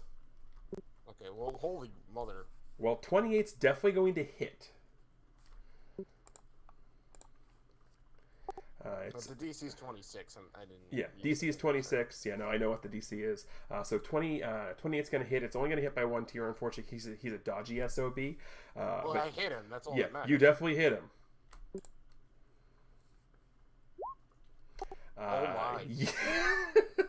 Yeah. Let's see. So he failed by more than 3 tiers. So yeah, he's in the 16 to 20 range. So he's going to take a bruise, and technically a couple bruises, but you basically one-shot him. You basically launch yourself like a freaking otter rocket and just maul the heck out of his face, biting, chomping, clawing, and you wreck this guy. Yes. That's what he gets for doubting the cute otter. Fair enough. It is Spectre's turn. Okay, because I am still apparently seeing stars and everything, I turn my win conditions to a concentrated effort. All right. And move it to a selected area, right where he is, rather than the engulfing 250-foot radius. All right. Nope. Fair enough. I will go ahead and adjust that on his move when he tries to move. So yeah, he's sort of just like pushing against it. And then I withdraw another 15 feet, and I'm gonna just do another save against the daze or the blindness. Yep.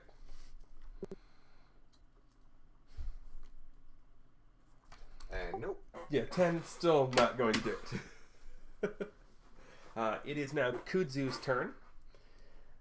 Again, he's definitely focused on the giant knight because you hit him square in the chest.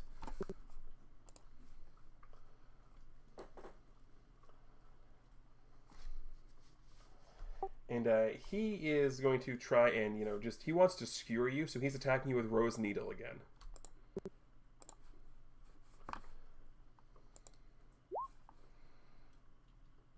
Which that time I know he's going to hit, so Anton, go ahead and make a toughness save. The DC is 28.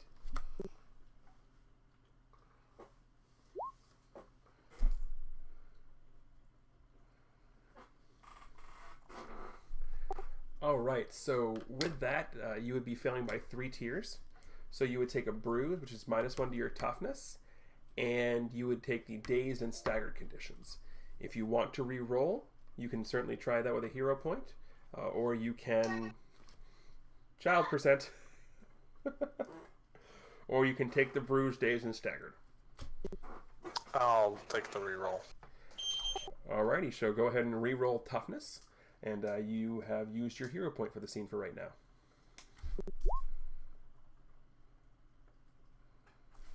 And I would say that's a good use of a hero point.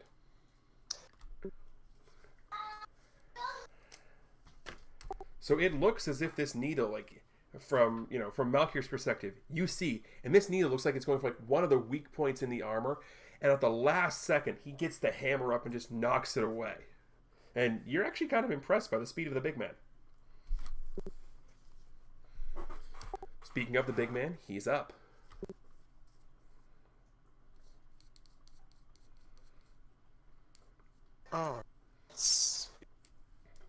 another. Let's do Earth Shatter here. Alrighty, Earth Shatter. I want to give you a heads up before you do this. This is an area of effect, so you don't necessarily know the guy behind you is on your side. You have, behind the plant guy, you have seen him take swings at him. You would know your abilities. Earth Shatter is a ground-based attack, so it is going to affect everybody in the area, which would be Malkir and Kudzu.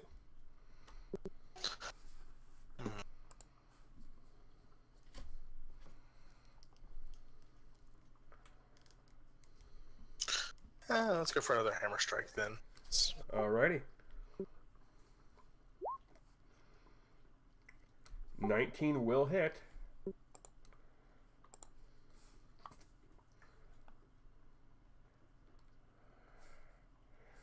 Now this toughness roll is going to be at -1.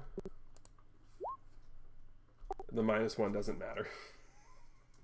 Jesus. Every time I GM, there's always one bad guy in every combat that just rolls ridiculous on their toughness saves. Turns out this is the one this time.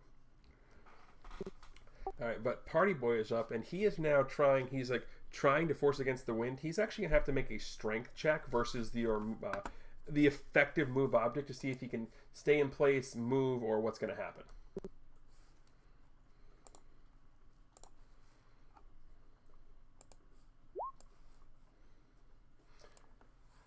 Alright, with a 15, he's not going to make any headway, but you're not going to push him back. He's just sort of going to be like stuck.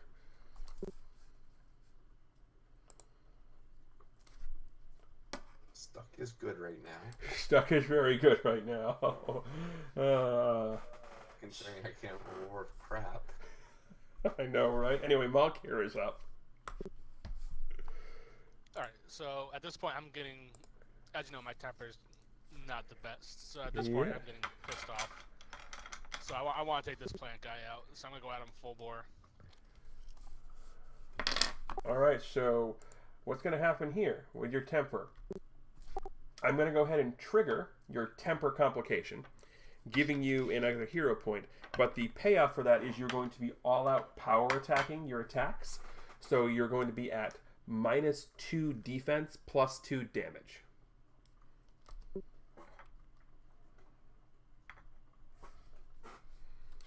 Does that make sense? Yep.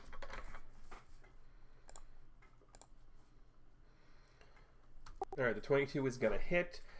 So the DC is going to be 23 plus the 5 from him being weak to fire. So the DC is going to be a 28.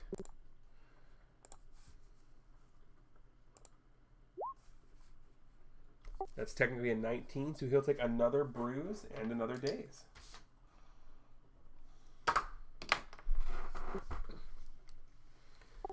So apparently getting pissed off works. Hydro is, completely out of it because Lutra mauled them, so Lutra's up. Okay, so from where I'm at, do I see the rest of this going on, or what can I see from where I'm at? Alright, what you can see from where you are, give me a perception check.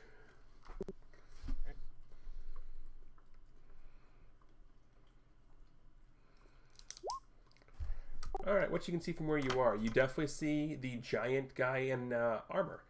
You've seen him fighting the giant plant guy. On your giant up auto rocket, you also saw the guy who looks like he's from Assassin's Creed fighting with what looks to be, because you were exposed to some stuff, it looks like the giant plant guy is fighting a guy from Assassin's Creed wielding a lightsaber. See. You do not see Spectre, because he took a position sort of inside behind something, but you definitely see Come At Me Brah, who is fighting against this, what looks like a concentrated windstorm at him.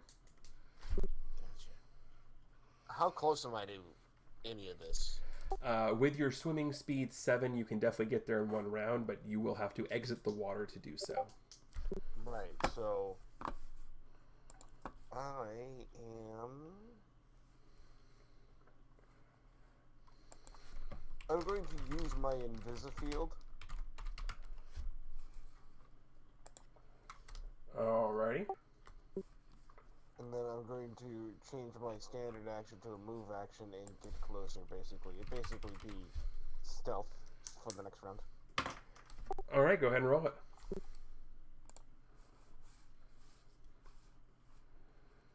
It doesn't look like I can get there and do anything. No, you with your swimming speed of 7, you can absolutely get there and do it. Oh. Keep in mind, this map is not to scale. Well, I get okay. Well, I'm sorry. So back up a sec. So if with my swimming, I can get there and make an attack. Is that what you're saying? Yeah, because you can get up enough speed to sort of, because to me, one thing I think about with swimming is, dolphins, for example, they can swim and they can jump themselves out of the water. I see that as being a benefit of swimming. Okay. So you can sort of auto rocket yourself onto the shore. Gotcha. When you said I need to get out of the water, I thought that was the special. Yeah, no. Sorry, my bad. Oh, okay. Well, never mind about that. I would, I'd approach there. Would I be able to make a stealth check anyway to see if I can sneak up behind him as I'm trying to attack him, or? You certainly can. He's not using the invisifield thing, because that actually cost me an action. Yep.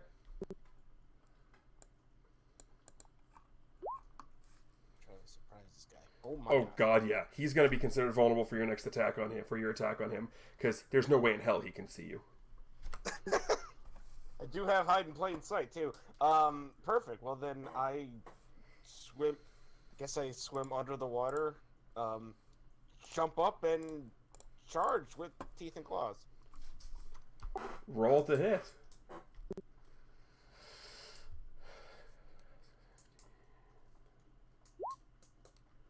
All right, you're going to end up hitting him by 2 tiers because he's vulnerable to your attack. So the toughness save is actually going to be DC 28 for him. He'll take a bruise. Fast grab. All right. He now has to make a dodge and/or strength check versus your attack's damage, which in this case is 26. Because the multi-attack doesn't apply to that, so his dodge is... Yep, so we're going to take a look here. You've got him grabbed. So basically you attacked and you sort of got him however grabbed you want, but yeah. My thought is that Lutra has basically buried his teeth into this thing's jugular or whatever. Yeah, so and he's just holding on. Yeah, you sort of got him the shoulder muscle right behind. Right. Teeth clamped, and he's got his arms and legs wrapped around the guy. Nope, fair enough. Spectre's up. Okay. You hear a scream of pain from what you assume is Yabra.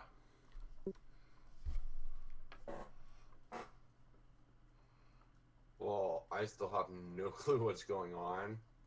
All I know is he's not getting any closer to me, and I like that. So, I'm keeping my concentration and continuing to just slowly retreat. No, that's fine. Yeah, go ahead and roll the fortitude save to try and break out of the affliction, which is a pretty interesting high, by the way. Oh, hey! 21's good enough to do it. You are now, the colors start to clear. You're only visually impaired now. You're at a -2.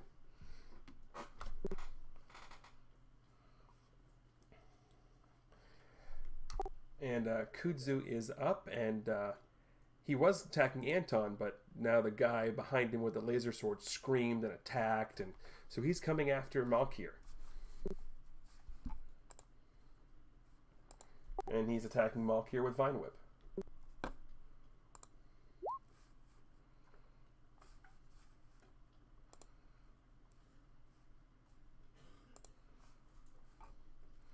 And I know a 26 hits, so I'm going to need a DC 26 toughness save, please, Dark.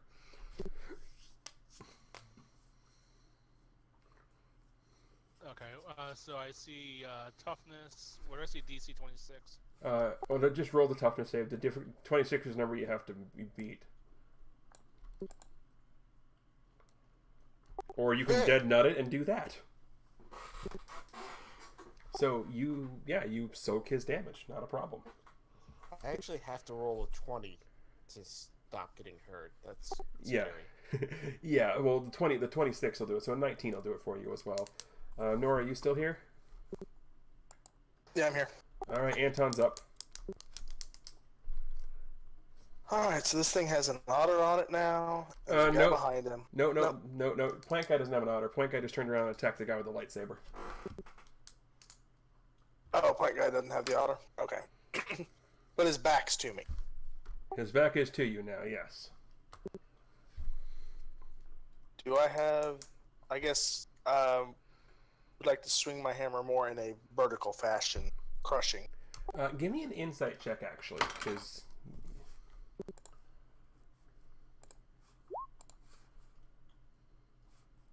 20 is enough. As a soldier, you know that, well, you have a pretty good idea that's the plant. Plants tend to burn.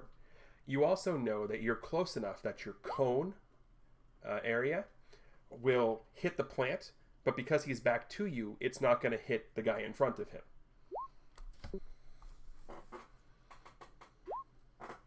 So I would like to use Fire Strike on him. Yeah, that's...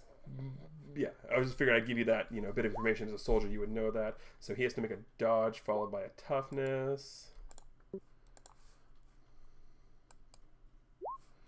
He'll fail the dodge. And that's technically an 18, so he'll fail the toughness. So he is he'll be staggered. So yeah, you can tell you hurt him bad, and then Malkier, it smells like burning vegetation.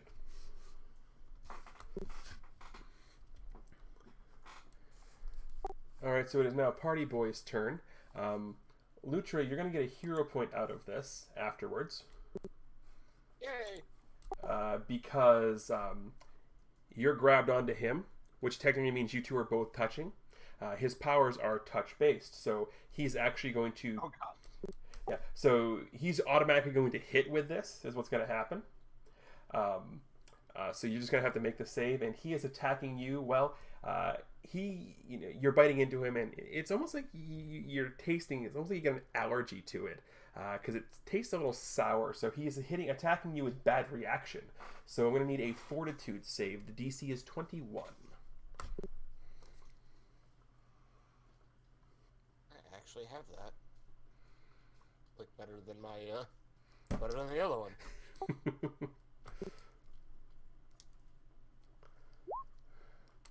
You are fine. It might taste sour, but you're locked in for the long haul. Malkier is up. Alright, so plant guy is basically A, stunned and B, hurting pretty bad, correct? Oh yeah. Alright, I am going to attempt to take care of him now. So do I get any bonuses from him being out of it, or? If there are any bonuses like that untyped, I'll apply them in my head. Damn it.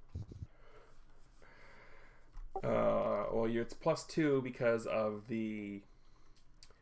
You're still all out attacking because of the temper, so it's going to be a +2, and. No, sorry, all power attack. So no. Even with him out of it, you would need a 14 to hit. So unfortunately, you miss. In your swath of anger, you're going to swing over his head and miss. The otter's up. Now, one thing you can do is, because you've got him grabbed, if you want to, you can automatically apply your strength as damage without rolling an attack. Oh, okay. What would that do? It would be a DC 22 toughness save on him. Oh, gotcha. But technically, because it's your teeth, I would apply all of it. So I would apply the DC 26 because your grab is your teeth, which is part of an attack. Yeah. All right, yeah. I would just do that. So you're biting deeper, basically. Yeah.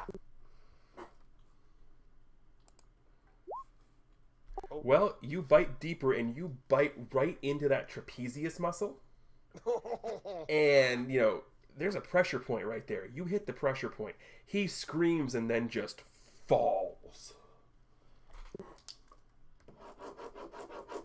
As he falls, I kind of do a little roll thing and land on my feet, because, I don't know, I take advantage of to do that. Yeah, you definitely are. So, Spectre, this is your turn coming up now. As you sort of rub the spots out of your eyes, you see the come at me, brah, fall, and you see an otter do a front flip and land rather gracefully.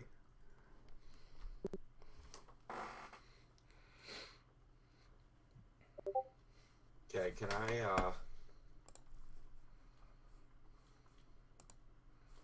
Can I do a perception check to see if I can figure out just how badly he's hurt? Go right ahead.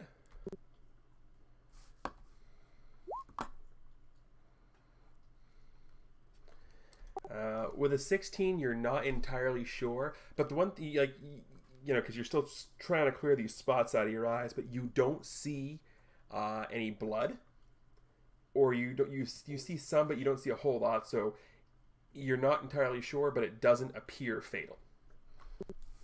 Okay, that was an 18, by the way, but -2 from the visual because you're still -2 impaired. Oh, yes. That's right. I forgot about the impairment. In that case, just because I don't want him, like, I know if he gets near me, I'm in danger. So I'm going to try to take him out. So I'm going to throw another air blast at him. At the guy who's down on the ground collapsed? Yes. Yes. Okay, so you're attempting a coup de grace. Pretty much. Roll to hit. If you hit, it's automatically a crit. You hit, so it's going to make it DC 30.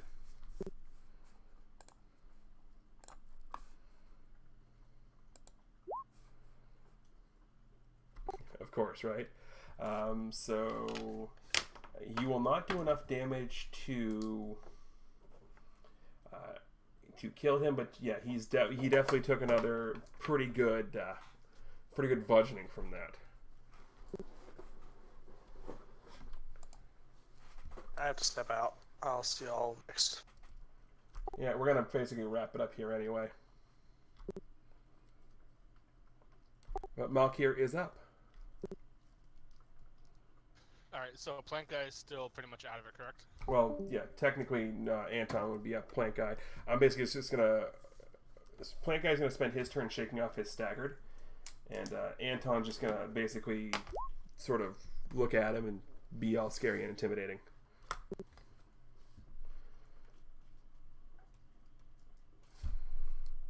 So yeah, Malkir's up. I swear I have the worst rolls in America. Have you seen Crim's rolls today? Yeah. Like, my 24 was a 15, and I think that was my best roll tonight. Yeah, but you are going to end up hitting him just because he's still sort of disoriented from the fire he just had to put out on his back because he's weak to it. So you will hit him. And 23, 28 on the save DC. He's got 3 bruises. I can get rid of Party Boy now. 15. So he will take another bruise and a staggered. Because he shook off his staggered last time, he's not going to fall incapacitated. Lutra is up, and you see a guy with a lightsaber. Well, you see the ghost. You see a guy in full-on motorcycle gear attacking the unconscious dude, and you still remember off the back of your head there was the guy with the lightsaber and the giant tin can fighting the giant plant. Right. I passed by the guy in the motorcycle garb attacking the unconscious guy, curiously.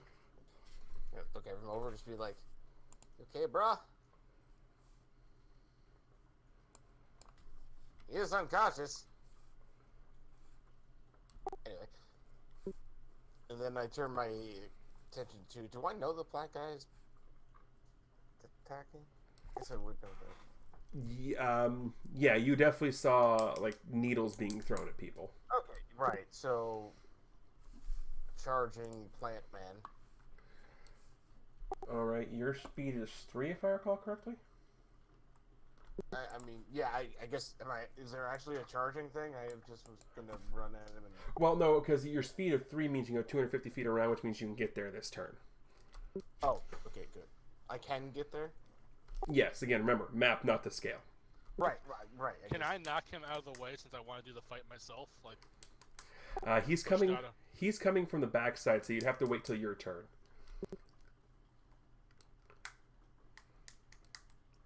I'm actually gonna try to do my otter tail tripping thing. All right. So go ahead when you get up there. It's gonna sort of work the same way as the fast grab does. So first roll to hit.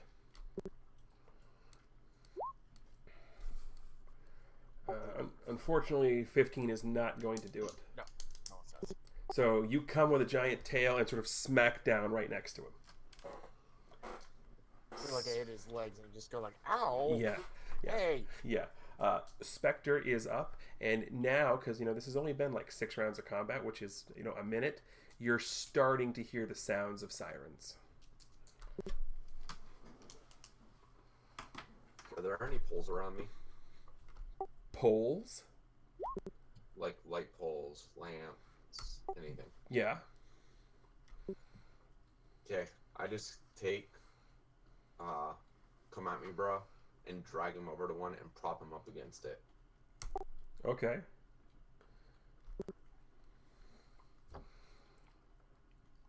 That's it.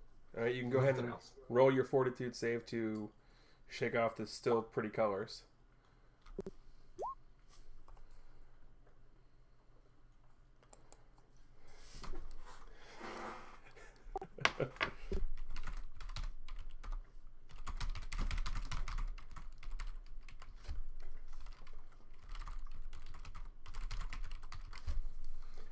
So anyway, you prop him up against the telephone pole. It is now Plant Guy's turn. He, as much as he wants to attack the giant otter, because it's a giant otter, it's still the guy with a sword who is attacking him. So he's going to come back and attack the guy with the sword with Vine Whip.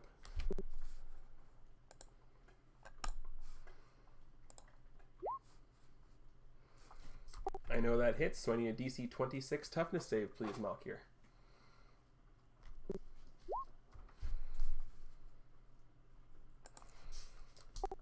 Alright, that would take a bruise, so you -1 on future toughness rolls.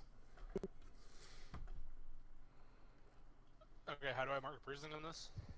I don't know the way to do it. I just keep track of it myself. Like, I just keep track of it in a little note and then just subtract 1 or 2 or however many from the toughness roll when you make Gotcha. it. Do you have Hero Lab, Dart? Yeah, yeah. I have 2 copies on 2 computers. You, OPT, and Dark have my other 3 licenses. Okay. Because, under in play, there's actually a place to mark your bruises.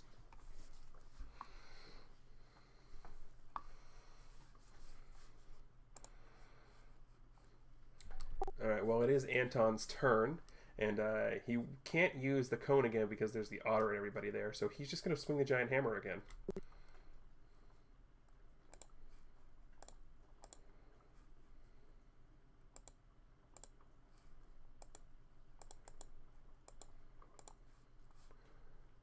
Why won't you let me...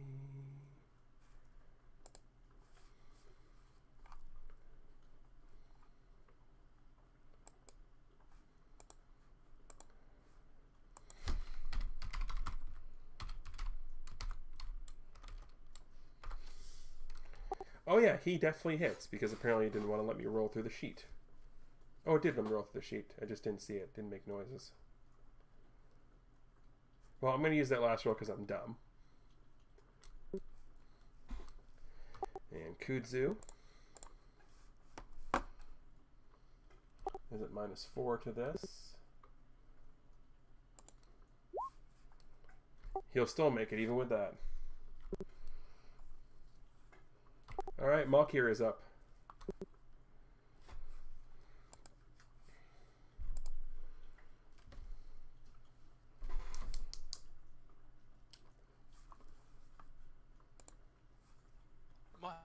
Damn it. What? I can't roll to save my life. No, you can't.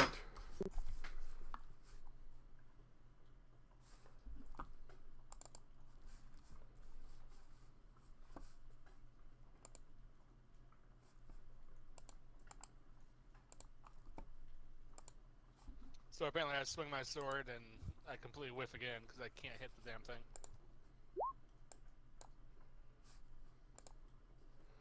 Yeah, pretty much. Well, you can, Lucha can stop untapping his foot because it's his turn.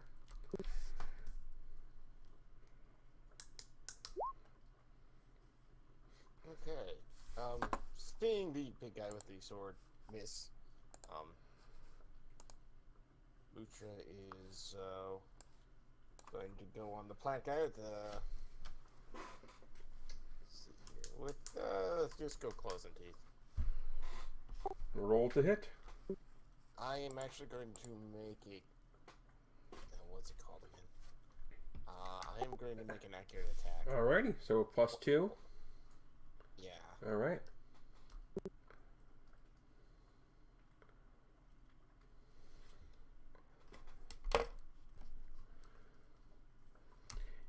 You hit, he'll have to make a DC 24.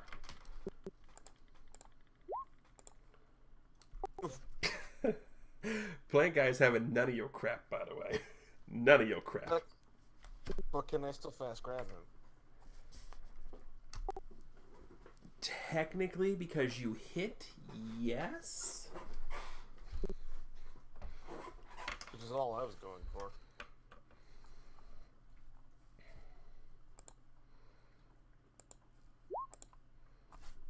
You got him grabbed. There we go. Alright, Spectre's turn. At this point, I'm now idling, just watching the other two, so I'm just going to keep making my save checks. Alrighty, go ahead and do that.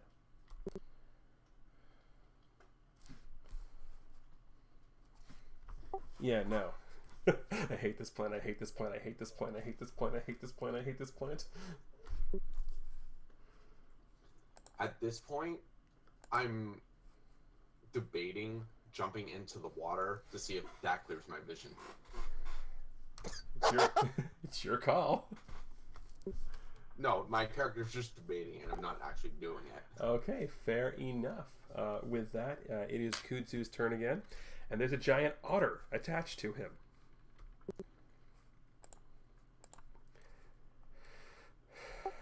He unfortunately has no way of unlike the last guy, he doesn't have drugs running through his system, so he's just going to, well, unfortunately, let me ask this, where are you latched on? From behind. Okay, so in that case, he can't actually get you because of the nature of how everything works, except with Vine Whip, so he's trying to throw you off with Vine Whip. I have improved hold as well. Improved hold just applies if he's trying to, like... Oh, he's not trying to escape. He's just trying to hit me. Yeah, he's trying to hit you. Hopefully if he knocks you the hell out, you'll just fall off. Well, I think he did, because... That's against parry, right? That is against parry, yes. Yeah, it beats me by 1. Now remember, you have a couple... No, it beats me by more than 1. Yeah. Now remember, you have a couple of options. You can choose to use a hero point for an instant counter. You can roll toughness and opt to reroll. There are all kinds of options you can do. You're right. You know what? I think instant counter is a great thing. All right. So let me describe how you're going to do it. Right. So his vine. So how does his vine whip actually work? I need to visualize that before I. Well, basically, you can see the picture. Right. So the vine whip works in the sense of he's sort of extending it. And basically how he's doing it is he's extending his arm forward and whipping his arm back, almost like he's trying to like curl his elbow back and pat himself on the back, but with a giant sharp vine whip. Right. Wait, so this wouldn't work, but I'm just guessing, but I wouldn't be able to do a thing where I just slip off his back and let him hit himself, right? You certainly can. Then yes, that would be hilarious, and that's exactly what I would do. See that coming, and I just like, ah! Yep, for a hero point, I'll let that one slide. So he'll have to make his own save against his DC 26. That's why I asked what it looked like visually, because I'm like, I have to figure out what he's doing first. Oh. And you know something? I'm going to forego that roll. I'm going to use a little GM discretion here because it's absolutely hilarious to have him knock himself out with the Vine Whip. We're going to have that happen. Yes! That's fantastic. That is great. So you see the Vine Whip coming at the last second. You slip off and he hits himself right in the back, like right at the same spot where he got burned with the fire earlier. And it's just like hitting that one nerve. It's shooting pain up everywhere. And he just screams this ungodly plant like you're not sure what it was and just sort of collapses.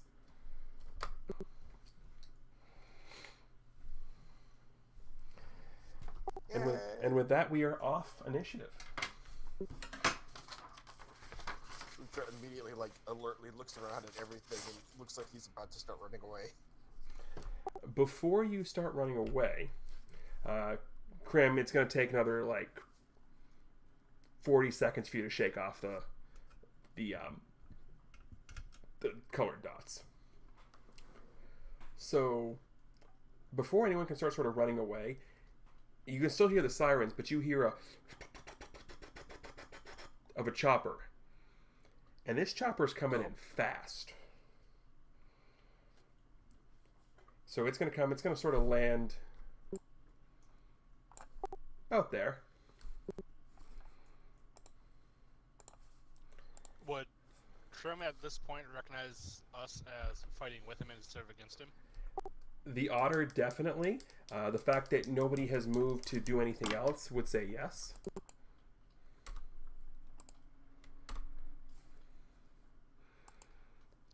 Alright. Do we know if the chopper is friend or foe yet? Well, we're going to sort of leave you on a cliffhanger here because the chopper's going to land. And coming out of the chopper, the handout just appeared. You're going to see a guy in a full-on salmon pink suit. That smells master villain all over it. What's up? That smells villain all over it. Maybe, maybe not. But that's the guy coming out of the helicopter, and that's where we're going to end the session. I said I was kind of disappointed that wasn't a picture of Elijah Wood. Ah, I couldn't find Elijah Wood in a full salmon suit now, could I?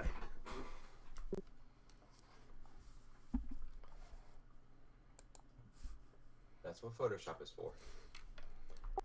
Fair. So, as I said, we're ending the session on that. Because of the nature of how the scene worked, that whole point of keeping your hero points to the next one if the scene wasn't over is going to happen. So, keep track of your hero points because you're keeping them for next time. I'm going to use mine. You gained a second one, though, so you still should have one. Oh, that's right. You did give me one. Yep, because you bit into Party Boy. Nice. Cool. So yeah, gotta love a frat boy getting powers where he can just make any drug he can think of. Right. What's that say about me that I was unaffected by said drugs? Now, for one of my complications, I think you know which one, Trim. Would that benefit me as well? It would be the third one down, since that was my primary reasoning for getting involved in the first place. Hold on, I have to actually pull up your character sheet again. Not right now. MNTG, sorry. Yeah. Not right now because there was no indication currently that this had anything to do with them. No, the women and children one. I mean, yes and no. You jumped into the fray because you saw women were being, shot at, but you weren't given a reason. Cause the way you have that written is you're loath to attack them, not necessarily defend them. So that's the reason you jumped in, but it didn't sort of get you in trouble at all at the start. So it's one of those iffy sort of 50-50 deals. I would say in a circumstance like that, Dart, that complication is geared more towards people who explicitly single out the women and children. Like, it may be a motivation for you to get involved, but it's not actually triggering the complication. Correct. Unless it specifically because women and because children. this was not targeted. This was just willy-nilly. Gotcha. Okay. I'm trying to actually think about what's going to trigger my complication justice, and if I need to actually fix that, because I think I've made that way too vague. So I don't want that to trigger just any time I go charging at a bad guy. Nope, it won't trigger anytime you go charging at a bad guy. If your motivation, for example, say, we come across a bad guy who you've seen him kill people before, and you go haphazardly charging into a fight against him, that's probably going to end up in you getting hurt because you want him to be brought to justice, that's when your motivation justice comes in. Gotcha. Okay. That makes sense. Yeah, it's just like mine. Like, it's one of my complications is monstrous. It's not like it's always active just because I'm a monstrous appearance. It's because, like, it activates when I do something that specifically relates to my appearance. Like, how I went and hid my appearance to not frighten other people. Right, and because that took time that could potentially, cause danger to other people, that's why the hero point was given. Gotcha. Okay.